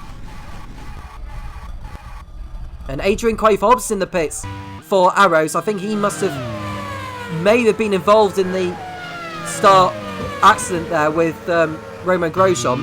He's had to pit in for a new nose. And now we are seeing Paul di Resta behind Antonio Giovinazzi coming towards the Os curve, and we are seeing him move further up ahead. That looked like Sebastian Buemi getting through on Nick Yellerly. Now Buemi is back after a 1-race ban for the collision that he caused. I think it was with, I'm trying to remember who it was, because we had a few drivers taking race bans for their collisions in Dijon-Bourgogne. But either way, Buemi had to serve a race ban for causing a collision with someone. And now he's back in the Leighton House, and Leighton House have had a really torrid time of it in Brands Hatch, as they did so in Dijon-Bourgogne. No points for either driver or for the team back then, and it's not got off to the best of starts for them here in Hockenheim. For Minardi though, they've still got both cars running, but can they get both cars to the end of the race this time? Nick De Vries with a new fastest lap. Now, Antonio Felix da Costa and Nick De Vries, the last time that both Minardis made it to the end of the race was in round 5, which was in Kyalami. Nick De Vries coming home in 3rd place, Antonio Felix da Costa was 10th. Now, the nearest driver to Scott Dixon in the Drivers' Championship is Nick De Vries, who's leading this race right now. 46 points off the top with 7 races to go, including this one. He's already got the pole position point as De Vries. Dixon is now behind Jose Maria Lopez in 4th position. As it stands with De Vries holding the points for the fast lap and pole position. He'll close down the gap by quite some way. It'll be down to 27 points as we see Verne, who's behind De Resta in 13th. His teammate Marco Wittmann is a bit further back. And there's a collision. That looks like Colton Herter, who's been taken out there by his teammate Alex Palou. The rear wing is off, but he's still able to keep going. So we had Marco Wittmann behind, and Palou just ran into him. And that's not what AGS needed. We've had a decent run of results recently, but Herter's race has taken another turn for the worse. Only 1 point to his name this season as Palou gets through after making contact with Herter's car. And there'll be a penalty, I would have thought, coming in the way of Alex Palou. It's a 30-second time penalty and the back of the grid drop for the next race in Panonia.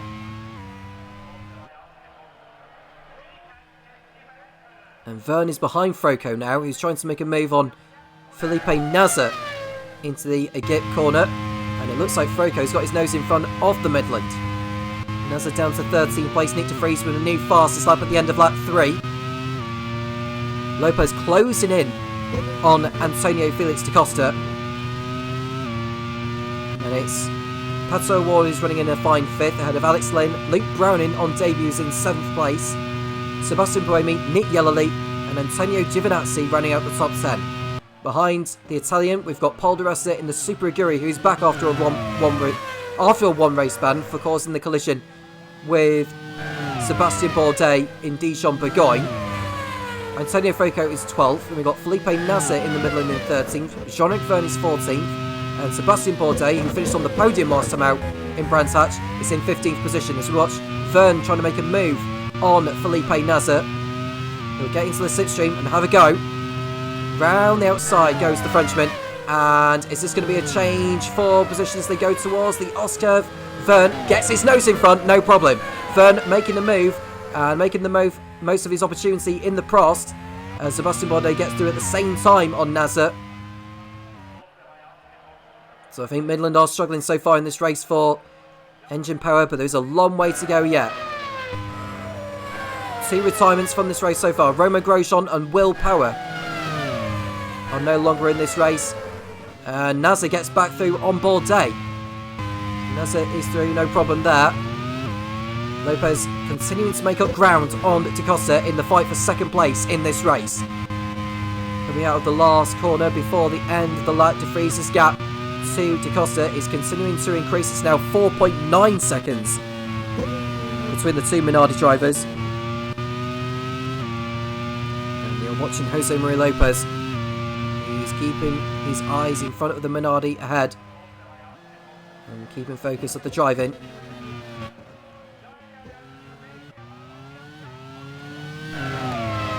There's De Vries. And it looks like Will Power's championship hopes are pretty much all but over now, as it is for Romain Grosjean and Antonio Felix da Costa. As we see the BAR of Nicolas Latifi getting through on Sebastian Bourdais. That's enough to move the Canadian up to 15th place. De Vries is absolutely in form right now. As we see Bourdais get back through on Latifi. It's a good scrap between these two. And those changes keep on coming in up and down the field. There's Da Costa. And Bourdais is still under threat from Latifi, who's coming back at him.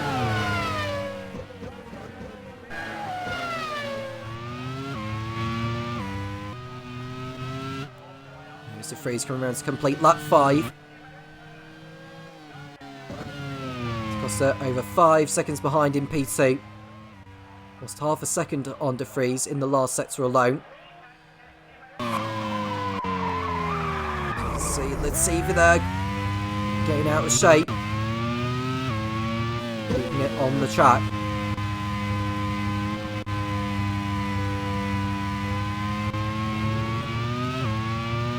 So we're not... As we see Dixon get through on Lopez for third place now. I think he's got through on him in the first chicane by the looks of things. So Dixon's back through. There's Bourdais behind Latifi. They're still dicing it out, these two. Behind the BAR and the Onyx is the Super Aguri. Well, it looks like Robin Frimes, who is having a ding-dong battle of his own in the last race with Ollie Behrman, who made his debut. Bourdais still fighting it out with Latifi. This is great racing between these two. This is probably the best racing we've had all day today. Bourdais through on Latifi, no problem.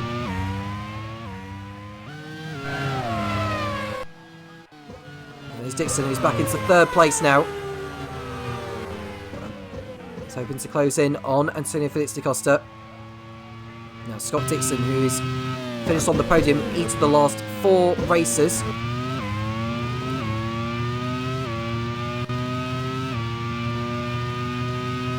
To make it 5, that would make it an all-time record. The most number of podium finishes in a row by a single driver, as we see Robin Frimes trying to make a move on Nicholas Latifi, but can't make the move stick. And he falls back into the clutches of the 240s. I think Derula is ahead of Roy Nassani.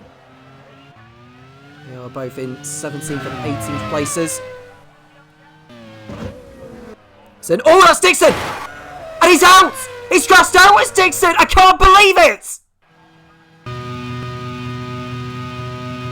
Well, that changes the situation in the championship quite a bit. Dixon got it all wrong over the curves at the Clark curve. Hit the barrier, and his race is over. It's almost a carbon copy of what he did in Kyalami earlier in the season. The championship leader, Scott Dixon, is out of the Hockenheim Grand Prix. Disaster for Simtech. As Jose Maria Lopez watches the Simtech go off. And that is it for Scott Dixon's race. He is out. He's not going to be scoring any points. And what an opportunity now for Minardi and Nick de Vries to really close in the arrears in the championship battle.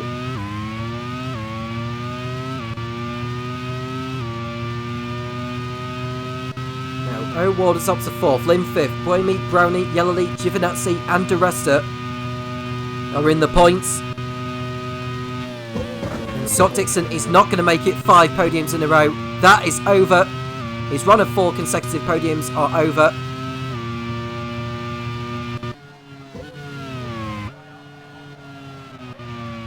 Another costly error. And all of Dixon's retirements this season have been either in collisions or of his own making.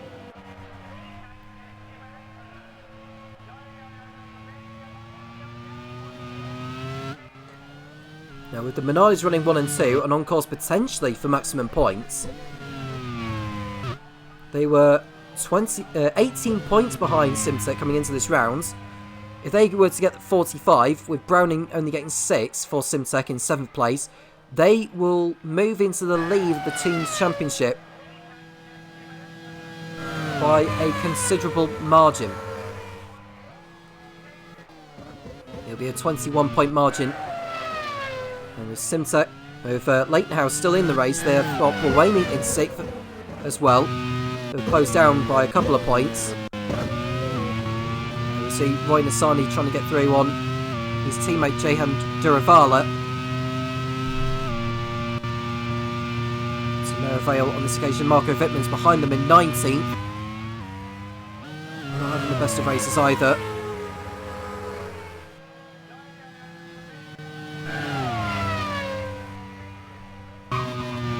So far so good from Nani. It's Giovinazzi. Wrecks his front wing over the curve. And he'll have to come back into the pits for a new nose cone. Now, has he done that all by himself? I think he has done. He's locked up into the...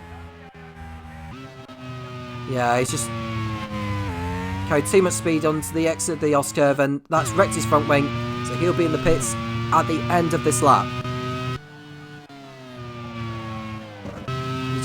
De Vries's gap over his teammate Da Costa is 7 seconds as we watch Luke Browning trying to get back through on Nick Yellerly. He's just been overtaken by Yellerly. Simtex race isn't getting any better at the moment as Browning fights back with Yellerly. Does he get back through? The answer is no. He stays behind the young Brit. Well, Nick Yellerly's through into 7th place as Giovinazzi drops behind De Resta now and Froco. And soon Jean-Luc Verne will get through on the Italian very, very shortly.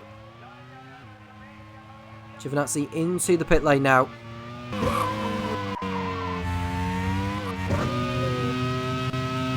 That promotes Antonio Froco up into the points for Onyx. Now BAR, who went into this round level on points with AGS in the relegation battle, they're only just ahead of them on countback. But the good news for them is that they are at the back of the field anyway, and they don't look like going to be scoring either.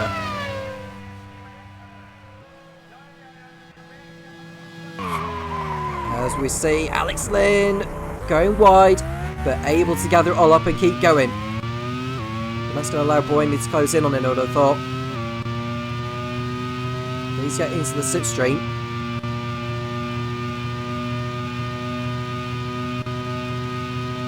So going through the second sector now before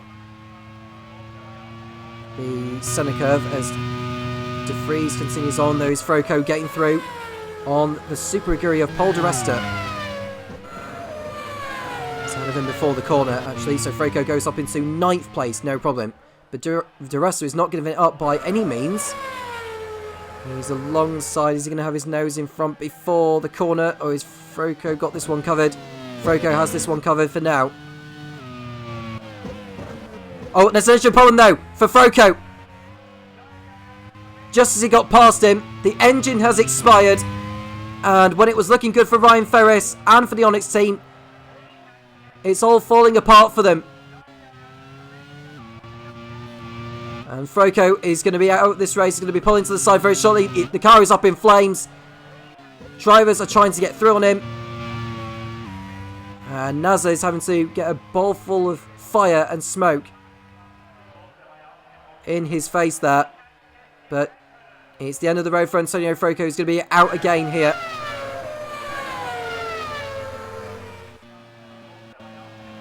So another driver goes from this. The 40's going through. Marco Wittmann will go through as well, as will Rio Haryanto, as will Alex Palou. The other Onyx of Sebastian Bourdais is up there in 12th position, so all rest will be on him to salvage something for the Onyx team. But it's the end of the race for Antonio Froco. He retires with an engine problem. We see Da Costa make his way through the penultimate turn. And De Vries completes his 10th lap. We're not going to be too far away from pit stops. Now, virtually the whole field did 1 stops in lead 2 earlier on.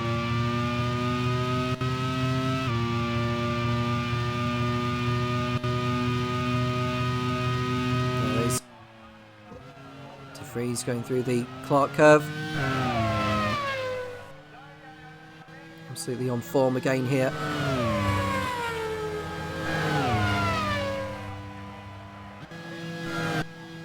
Coming towards the Oscar as we see Buemi make a move on Lynn. This is for 5th place. And Buemi is through, no problem on Lynn. That's a great overtake from the Swiss. He needed that overtake done.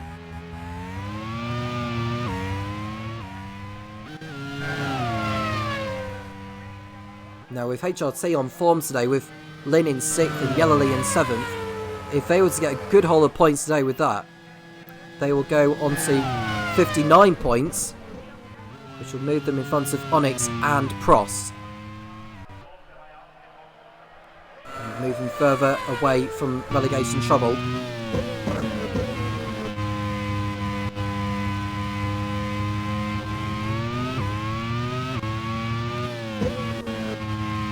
really is looking like 3 from 4 in the relegation battle as Nick de Vries comes in from the race lead, which will allow Da Costa to go through at the head of the pack. Lopez is also coming in from 3rd position. I think de Vries and Lopez are doing 2 stops here, because they've only done 11 laps, and if they were to go to the end of the race, they would need to do 23, and it's a long circuit is this configuration of Hockenheim. Ward goes through into 2nd position. Buemi will also go through. Lynn, I think, will go through on de Vries, albeit temporarily, because I think de Vries will get into the slipstream of the HRT and go back through again. But there is Buemi. De Vries is rejoining 5th, Lopez in 8th. Although De Vries is now through on Lopez for the time being.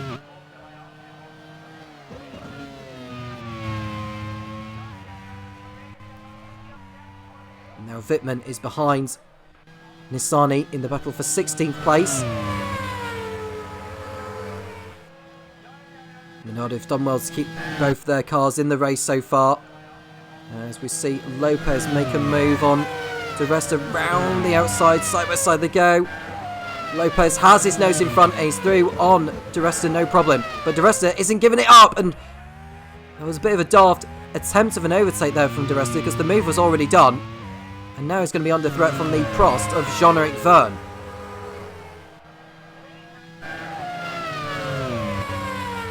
Now Verne is looking to make his way through on the Super Aguri.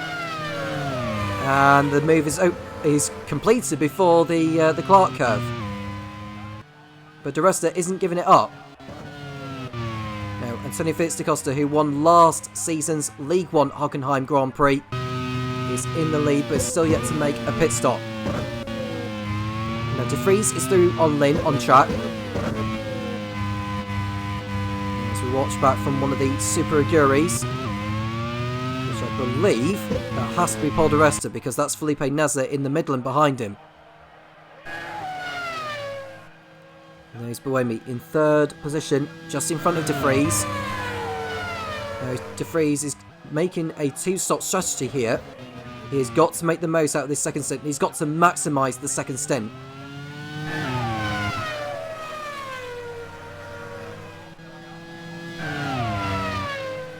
Now there is Buemi. He's behind O'Ward in P2 in your picture. Doing a cracking job so far. His teammate Adrian Quay-Fobbs is at the back after needing to pit for repairs on lap 1.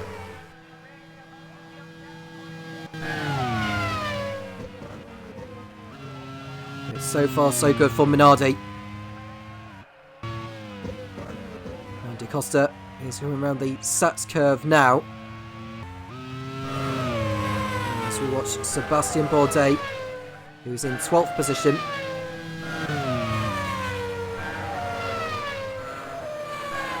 And De Vries is stuck behind Buemi in the battle for 3rd place on track. We want to get by him very, very quickly. He seems to be stuck behind him is the Dutchman.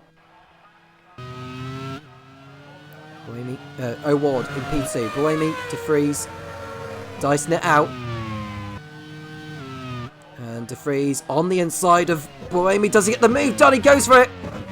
And where's Buemi? Gets the car slowed down in time. And De Vries had to slow down as well. He's going to get through. We want to look out for Alex Lynn. He'll get into the slipstream of the Leighton House and go through at the same time. Buemi trying to stay in the slipstream there and get back through on De Vries. Is he able to do it though? No, he can't. And all that Dyson has allowed the HRTs to close back in again.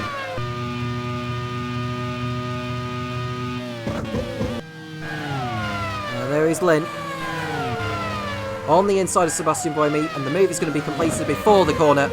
And that is Lynn through into 4th position on track. Now De Vries has got 7 seconds to make up on O'Ward, who seems to be going on the 1 stop here.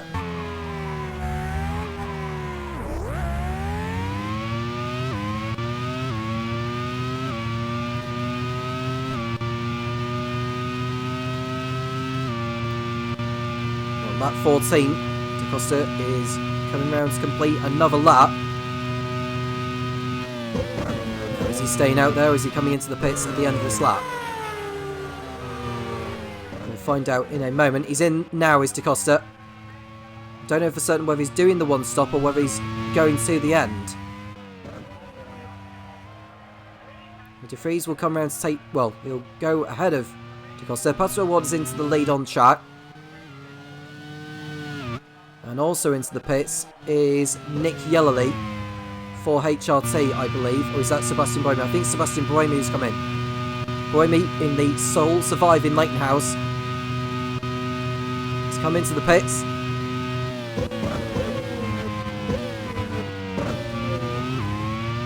Where will DaCosta feed back out? He's out in 6th places. Antonio Felix DaCosta. He isn't too far behind Browning, I would have thought. We'll find out what the gaps are when they cross over the set times. I think DaCosta has got... Well, he's got a couple of seconds to make up on Browning. So he might have a little bit of traffic to deal with before he has to think about De Vries.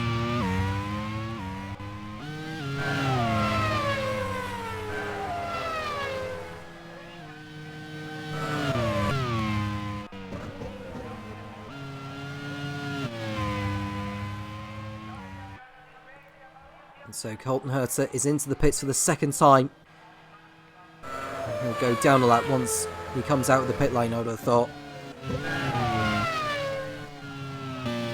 We'll see De Vries as Adrian Quayforbes, who's been at the back since the start, is going to be pulling to the side in the arrows. And it's a front left suspension failure for the Brit. So another driver pulls out of this race. And Alex Lynn is in front of Nick Yellerly because Yellerly has come into the pits from 3rd position. That's one less car for Antonio Felix DaCosta to worry about.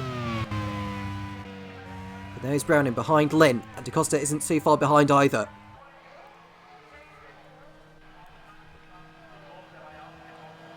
Now Browning won't be close enough to have a go. He's too far back anyway. So they come out of the Clark curve as we watch Alex Palou, who has a 30-second time penalty hanging over him. Wittmann comes into the pits.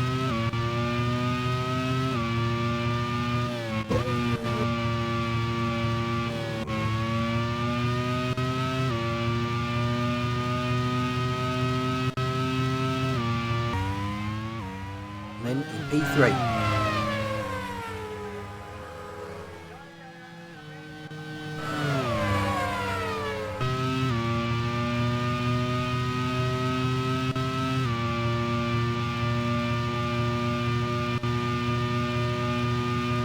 Nassani behind Marco Wittmann has just come out of the pits ahead of him.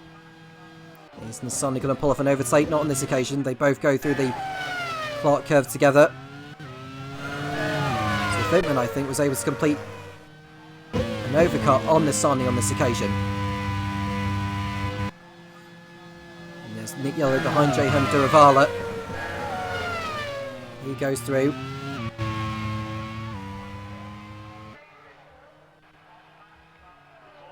Behind Duravala will be Giovinazzi, who had to pit in for a new front wing at the beginning of this race, or earlier on in the event. Lynn comes into the pits, as does Browning, so that releases DaCosta, who goes up into 3rd place.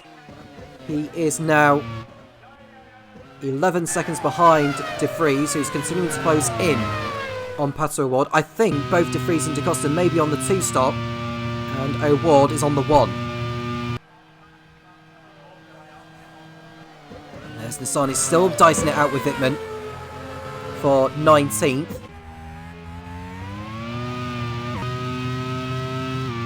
There's Nick Yellerly behind Luke, who has recently been into the pits. He's got Luke Browning behind him. And Luke Browning's trying to get through one ahead of him into the Clark curve, but to no avail, stays behind. We see Herta being lapped by Nick De Vries.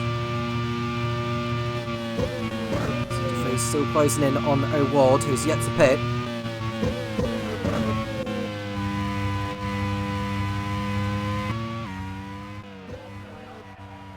O'Ward, who's yet to stop in this race, is in now. He did have a lap left on his fuel gauge, but he decided that now is the time to pit. As we see Luke Browning getting through on Antonio Giovinazzi into 8th position. And Len will be following suit in a moment. DaCosta goes into 2nd place with Lopez 3rd. Paul di Resta is still yet to stop in this event so far. Don't think he is going to be pitting. Is he pitting this lap, or is he going to be staying out there for another tour? He's coming in, is di Resta. O'Ward rejoins in 4th position, ahead of Buemi, Yellow, Browning, and Alex Lynn, who's stopped behind Antonio Giovinazzi.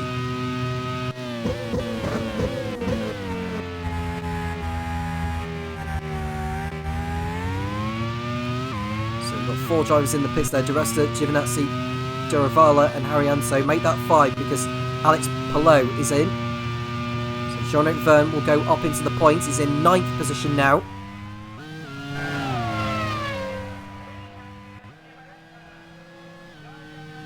There is Antonio Felix da Costa, 12 seconds behind De Vries, who's continuing out in front.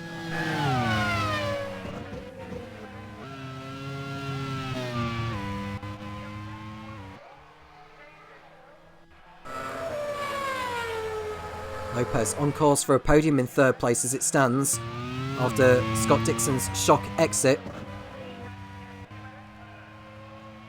And Pato O'Ward is 12 seconds behind him.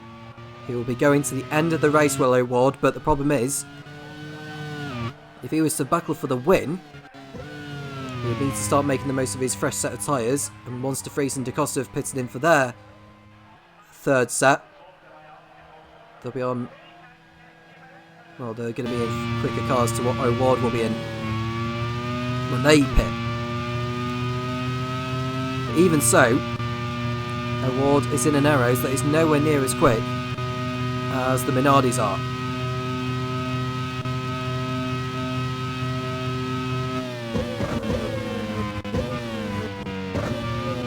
So Nick Yellerley is the highest of the Brits in 6th, Brown in 7th, Lynn 8th, and di Resta in 10th.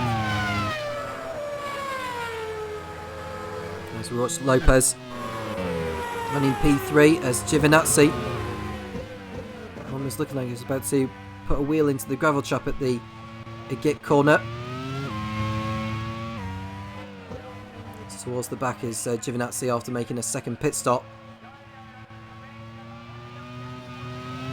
And he's ahead of Wittmann. I think he's been overtaken by Nissany earlier, shortly after the stops.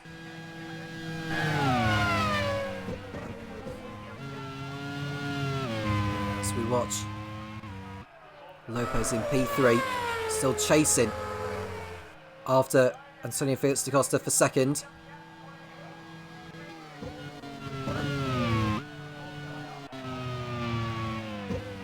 It's been a stunning performance here from Lopez as he looks to close in. As we see Nissany and Wittmann going to combat, and Wittmann is up the inside and he's due on Nissany. Looking at Rio Haryanto in the Midlands, who is not having a good day so far by the looks of it. His teammate is up higher. He's not looking like he's going to be picking up any points. It doesn't look like either BAR, AGS, Midland or 40 are going to be picking up anything in this round. The closest is Felipe Nasser in 11th place. So if someone drops out ahead of him, that'd be enough to move him up into the points. Midland, who have scored points in the last 2 rounds. They're on 14 points and 9 points from safety.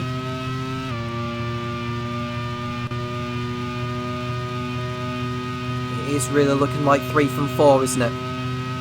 With the championship table as it is.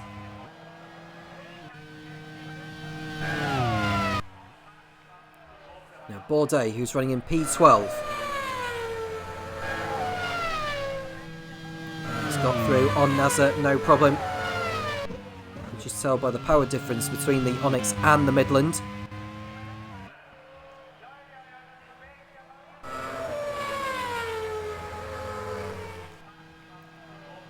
De Vries is 13 seconds ahead of Da Costa. Now, if he is going to be pitting again, De Vries, what lap is he going to be doing his second stop? Naz has got back through on Bourdais for your information. Let's see if he isn't too far behind those two either.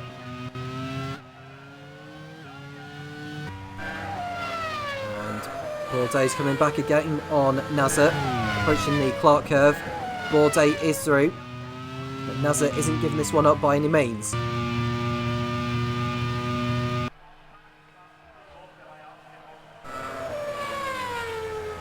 Nazar up the inside of Bourdais, but there's not enough room to get both cars in there at the same time.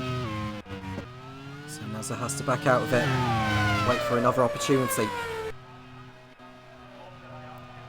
There's Jean-Luc Verne running in a strong 9th position. Prost looking good for another couple of points here today. They've been in the points in the last 3 rounds.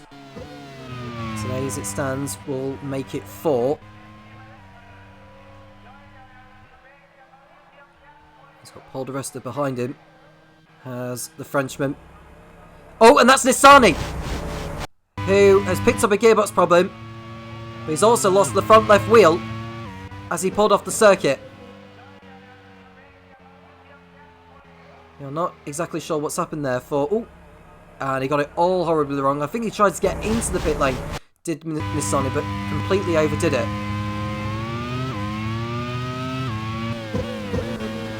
So that's another retirement for 40. I'd have thought he'd maybe try and get into the pit lane there, did Nissany, but no, just wouldn't turn in time. So Nissany becomes the 6th driver to retire from this race. And I highly doubt they're going to be picking up a point today. They haven't done since the opening round in Malaysia of Dave Goddard's team.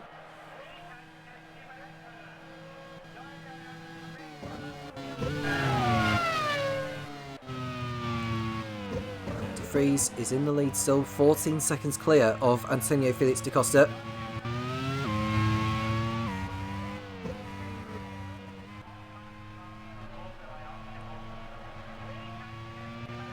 Nick Yellerly in a really strong 6th position ahead of Luke Browning and Alex Lynn.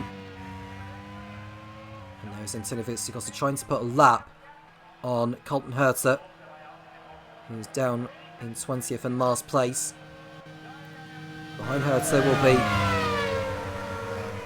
Jose Maria Lopez on track, who will also be looking to put a lap on him.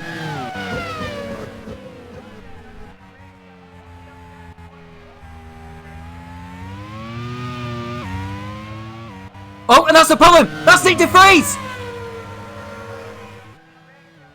The engine has gone on the Minardi all of a sudden.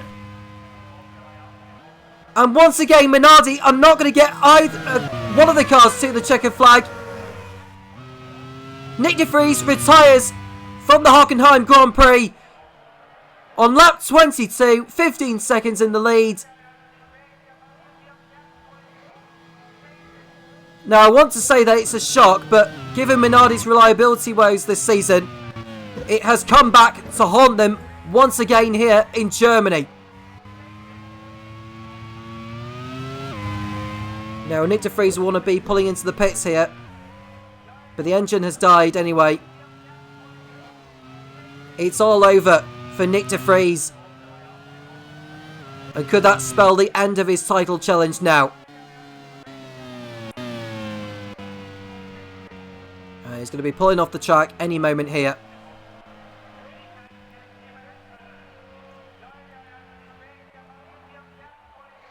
What must Giacomo Pagliaro be thinking here?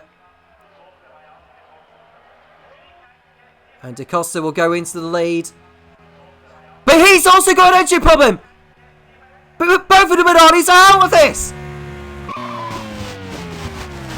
I cannot believe what I'm seeing in front of me here.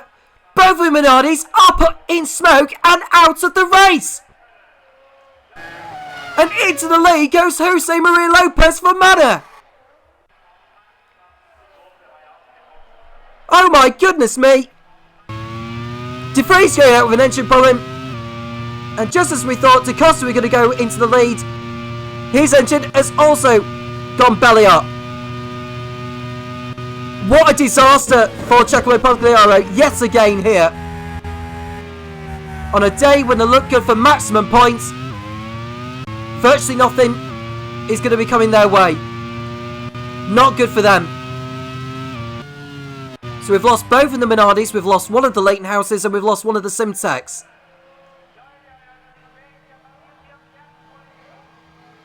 So the only cars out of those top 3 teams left in the race are Sebastian Buemi in 3rd and Luke Browning in 5th.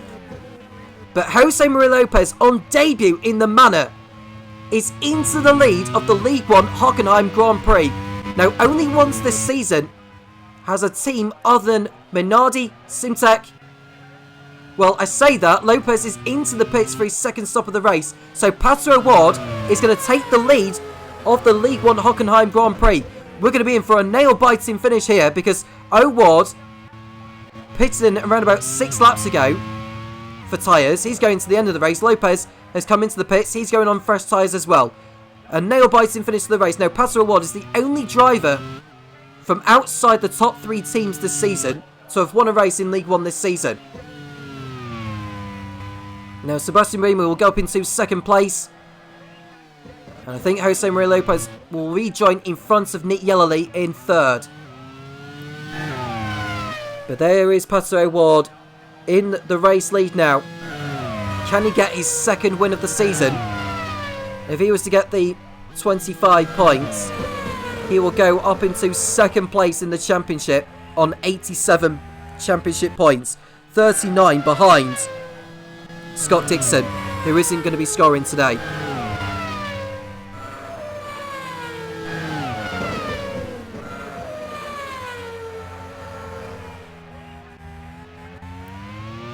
Now, Lopez is 17 seconds off the lead, so he needs to get the hammer down. He's only got 11 laps to catch Pato O'Ward. The first car in front of him, though, he needs to get through is Sebastian Buemi.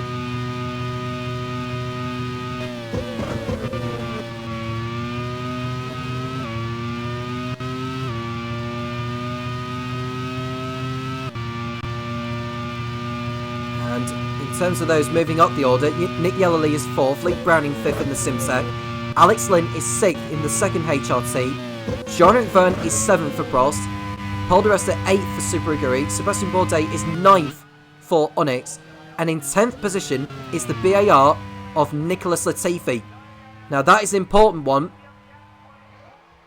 for BAR, because if Latifi can stay in the points, then they can move a point clear of AGS who are in the drop zone. But behind Latifi is the Midland of Felipe Nasser.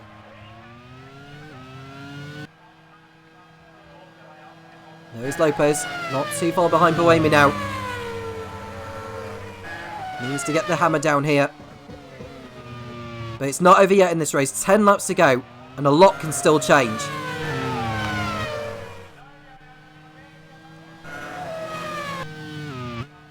And there is Giovinazzi fighting it out with Marco Wittmann for 13th position. And it looks like we've had a change of position because Alex Lynn is through on Luke Browning and has got up into 5th place. Browning is down to 6th. But is he fighting back on the HRT? Or is it game over on that battle?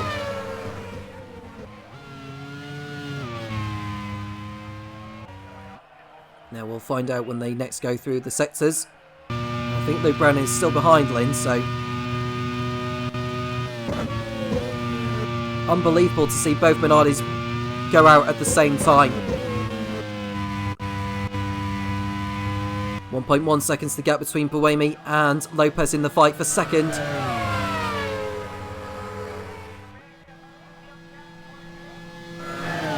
We are still seeing Giovinazzi having a go on Wittmann into the centre curve, but that move isn't going to come off, unfortunately, for the Italian. And now we've got Lopez, who's right behind Buemi now, in the fight for 2nd place on lap 26. Into the slipstream goes the Argentine, up the inside, and I don't think this is even going to be a contest.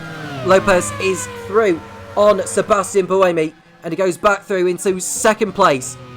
with 9 laps remaining. He's got 15 seconds to make up on Pato O'Ward ahead. This is going to be a nail-biting finish to the race here in Hockenheim. I mean, Buemi's trying to get back through on the Manor, and I think he's going to. Buemi gets back through on Lopez, and this is costing Lopez even more time. Lopez sits behind the Leighton House as they go through the sweeping right-hander after the S-curve.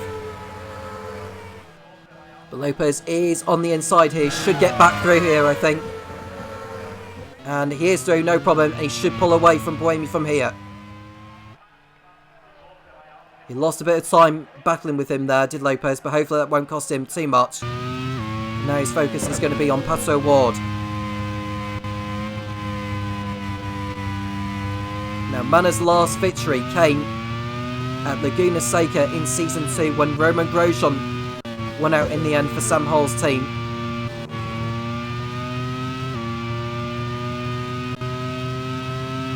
As we watch Pato O'Ward riding on the nose of the arrows.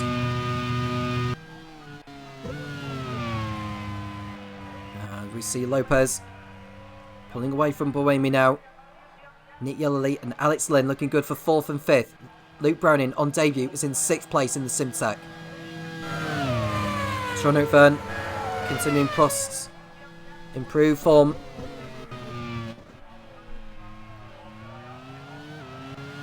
Borday will pick up a couple of points for Onyx as well. So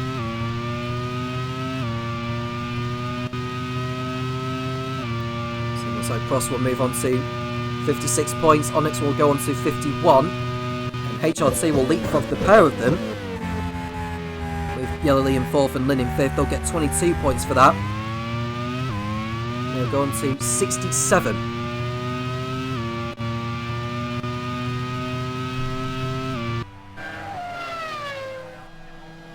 We see Lopez is continuing to get down the gap. It's now 14.5 seconds by set 2 on this lap alone. There are 7 laps to go after this one. So Lopez needs to take an average of 2 seconds a lap out of O'Ward's lead, which I think is going to be too much of a tall order even on this circuit.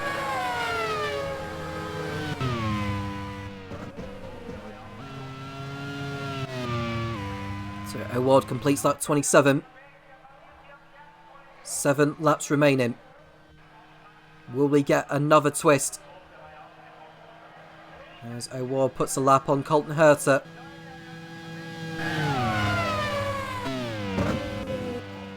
As we watch Palou slowed to a halt here in the AGS further up front. He had a time penalty coming his way anyway.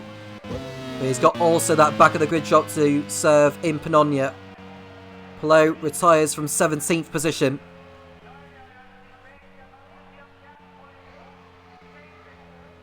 The only car behind him was his teammate Colton Herter, but it's going to be no points again here for AGS. And it's a rear suspension failure for the Spaniard.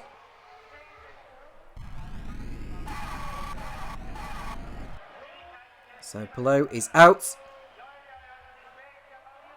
And we want to go let's see if there's any battles happening on circuit. Well, the gap is still 13.8 seconds between O'Ward and Lopez. I wonder what the gap is now. I wonder if that gap will come down by at least half a second in sector 2 alone. And the answer to that question is only a couple of tenths.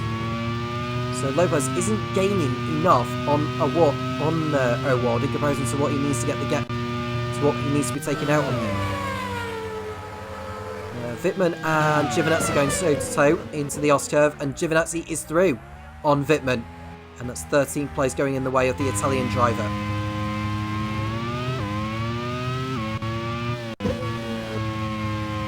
Now, if the positions were to remain as they are, in the battle for 4th place in the Teams Championship between Manor and Arrows, Arrows will be collecting 25 points, Manor will be getting 18.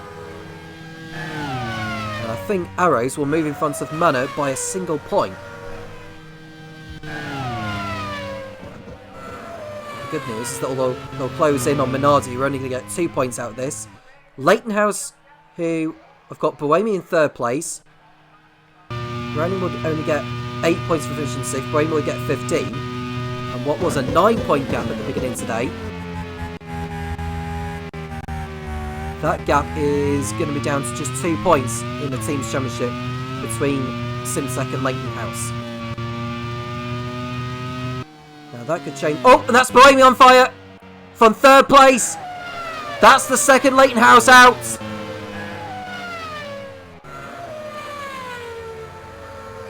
Contrast to last season, where Leighton House did so well in League 2 on this track. Bohemia's engine goes up in smoke. Will Power retired after crashing out at the beginning of lap 2.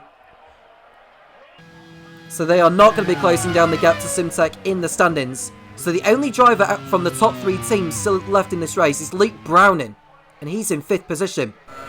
Verne goes up to 6th, Di Resta goes up to 7th, Bourdais, Latifi and Nasser move up positions in the points.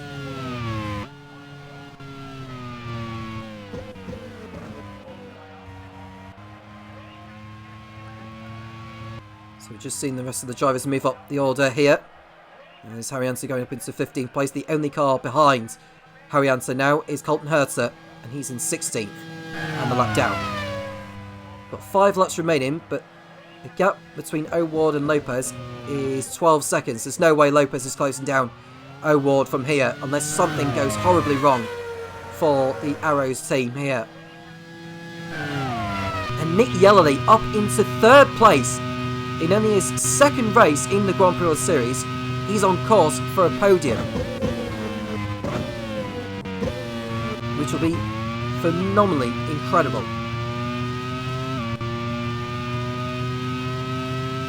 But there's still time left in the race to change things. 10 retirements in this race now. Sebastian Buemi, who we've just lost. Alex Palou also retired. We've lost Nick De Vries, Antonio Felix da Costa, Roy Nassani, Will Power, Scott Dixon, Roman Grosjean, who we lost at the start. And we also lost Antonio Froco and Adrian Quaife-Hobbs. So 16 still left in the race now with less than 5 laps to go in this League 1 Hockenheim Grand Prix. And it's looking very, very good for Arrows, who are going to get their 2nd win in 3 races. As for Manor, they're going to be returning to the podium. This will be their best result of the season, with Jose Maria Lopez getting 2nd place in his first Grand Prix World Series race back after doing the whole of last season for the Eurobron team in League 2. But in League 1, he's put on a stellar performance, as has Nick Yellerly. And Luke Browning, on debut, has done a terrific job in 5th place in the Simtech. Well drive also from Jean-Luc Verne to get his Prost into 6th position. And Felipe Nasser on course for another point for Midland in 10th.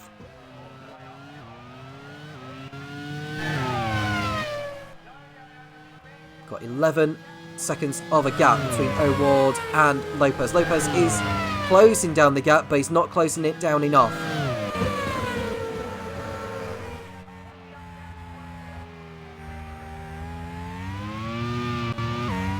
Now the closest battle we've got on circuit is between Robin Frines and Antonio Giovinazzi for 11th place.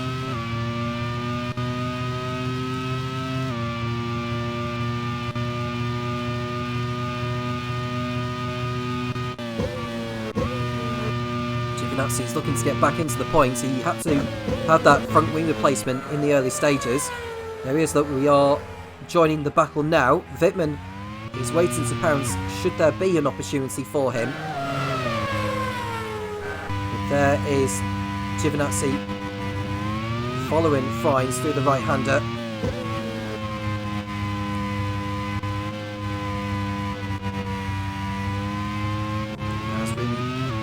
Board with Nick Yellerly.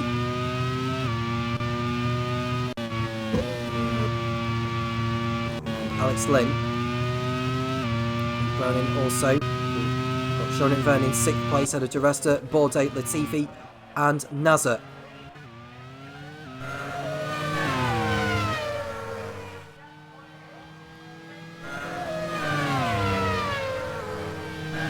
Lopez in second position. As we see Luke Browning in 5th place. We'll just be hoping to get to the end of the race now. Simtek in need of these points.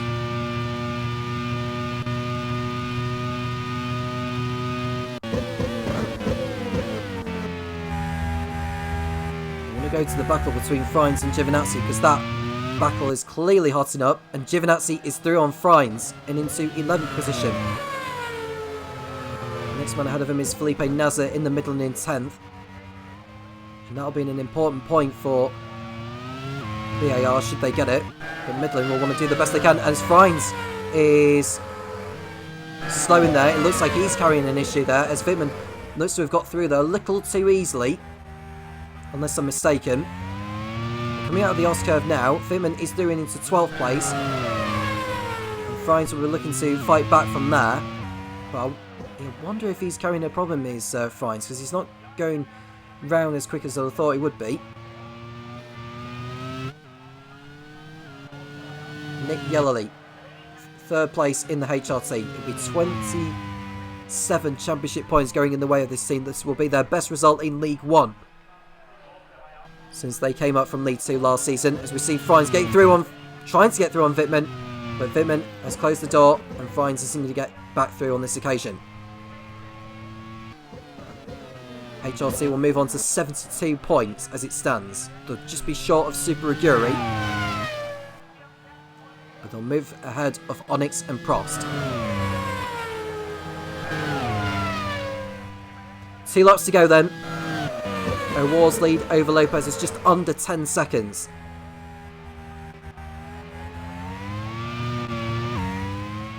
We've got Nick Yellerly and Alex Lynn in 3rd and 4th. What a result this will be for John Munro, the team manager of HRT. We've got Luke Browning in 5th, Sean Verne in the Prost in 6th, Paul de Resta in the Super Aguri in 7th. We've got Bourdais in the Onyx in 8th, Latifi in the BAR in 9th, and Nasr in the Midland in 10th. And Pato Award is about to start the final lap now.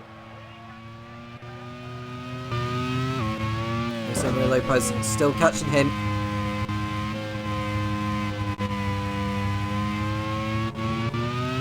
Comes over the line then, does Lopez. As we see Luke Browning come to a slow down, and it looks like he's going to be out of the race as well. So all 6 drivers from the top 3 teams are not going to be making it to the checkered flag. Luke Browning's 5th place is down the drain. Scott Woodwis is going to be coming out of this with no points at all. That promotes Jean-Eric Verne up to 5th, Paul de Resta 6th, Bourdais, Latifi, Nasr and Giovinazzi are going to all be in the points. Nick Yellerly in 3rd place. He'll hope to just get to the checkered flag now. He'll be happy that this will be the last lap. We want to go to Pato Award, who's going to be taking his 2nd Grand Prix World Series victory. It's the 2nd also this season for Topher Smith and for the Arrows squad. Here is Pato Award, 9 seconds clear of Jose Maria Lopez. He's just going through the Senna chicane now, the Senna curve that is. He's not going to have enough time to catch O'Ward now. What a drive from Pato O'Ward, made the strategy work. The one stop was the way to go here in Hockenheim. He's coming through the chicane and he's got 2 more corners to get through. And the Arrows team will be on the pit wall in delight to see their Mexican driver take the checker flag first. Pato O'Ward wins the League 1 Hockenheim Grand Prix. A phenomenal drive. And that throws him into championship contention. But we've had drama on the last lap as Felipe Nasr in the Midland has retired from 9th place. That's 2 points down the drain for Alex Johnston's Midland team when they needed it so much. Jose Maria Lopez comes home in 2nd place on his League 1 debut. But we'll go to Nick Yellerly in his 2nd Grand Prix World Series race. He bags a podium finish with his teammate Alex Lynn in 4th position. Further back, another 15 seconds behind, is Jean-Eric Verne in 5th place in the Prost. That'll do nicely for the team. Then we've got Paul de Resta in 6th, on his return after serving a race ban. And behind him will be Sebastian Bourdais, Nicholas Latifi, Antonio Giovinazzi and Marco Wittmann. In the second cross is going to take the final point. Robin Fines will be 11th out of Jay Anduravala and Rio Haryanto, the last drivers on the lead lap. But what a disastrous moment for Felipe Nasr. They needed those points to help Midland's cause of survival, but they'll have to fight for points on another day. Anduravala 12th, Haryanto 13th. But there is your race winner. It is Pato O'Ward once again in the Arrows in Hockenheim in League One.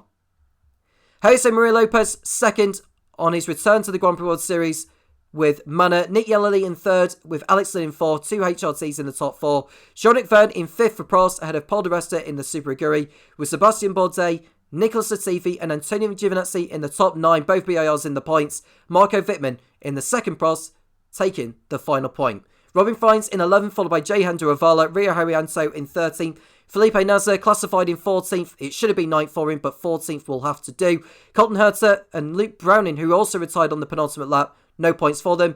Sebastian Buemi didn't finish, neither did Alex Palou. Nick De Vries and Antonio Felix da Costa, both of the Minardis who were 1 and 2, retired at the same time with engine problems. Roy Nassani also out, along with Adrian Quave Hobbs, Antonio Froco, Scott Dixon, who crashed out in the early stages, as did Will Power, and Remo Grosjean crashed out at the start after making contact with Alex Lynn. Nick De Vries got the points for fastest lap and for pole position. Another dramatic race in Hockenheim. Minardi, Simtek and Leighton House. Neither of those 6 cars within those top 3 teams scoring points, except Minardi, who got the fastest lap and pole position points, of course. But in terms of making it to the checker flag, neither of those top 3 teams were able to do so. But what result for Manor, and more especially for Arrows? 2 wins out of 3 in the last 3, that is, for Pato O'Ward. It's time to run down on the championship standings with Topher Smith, and I'll speak to you next time out in Pannonia in Hungary. Well, if any of you were able to bet on that podium, I'd like you to give me the lottery numbers for next week, please. A second win of the season for Pato O'Ward, ahead of a returning podium for Jose Maria Lopez, a fantastic job by the Argentine, and Nick Yellerly picking up his debut podium for the HRT team. Absolutely fantastic result for those 3 teams in what was a very attritional race. A lot of retirements there, including all 6 cars from the top 3 teams in this championship.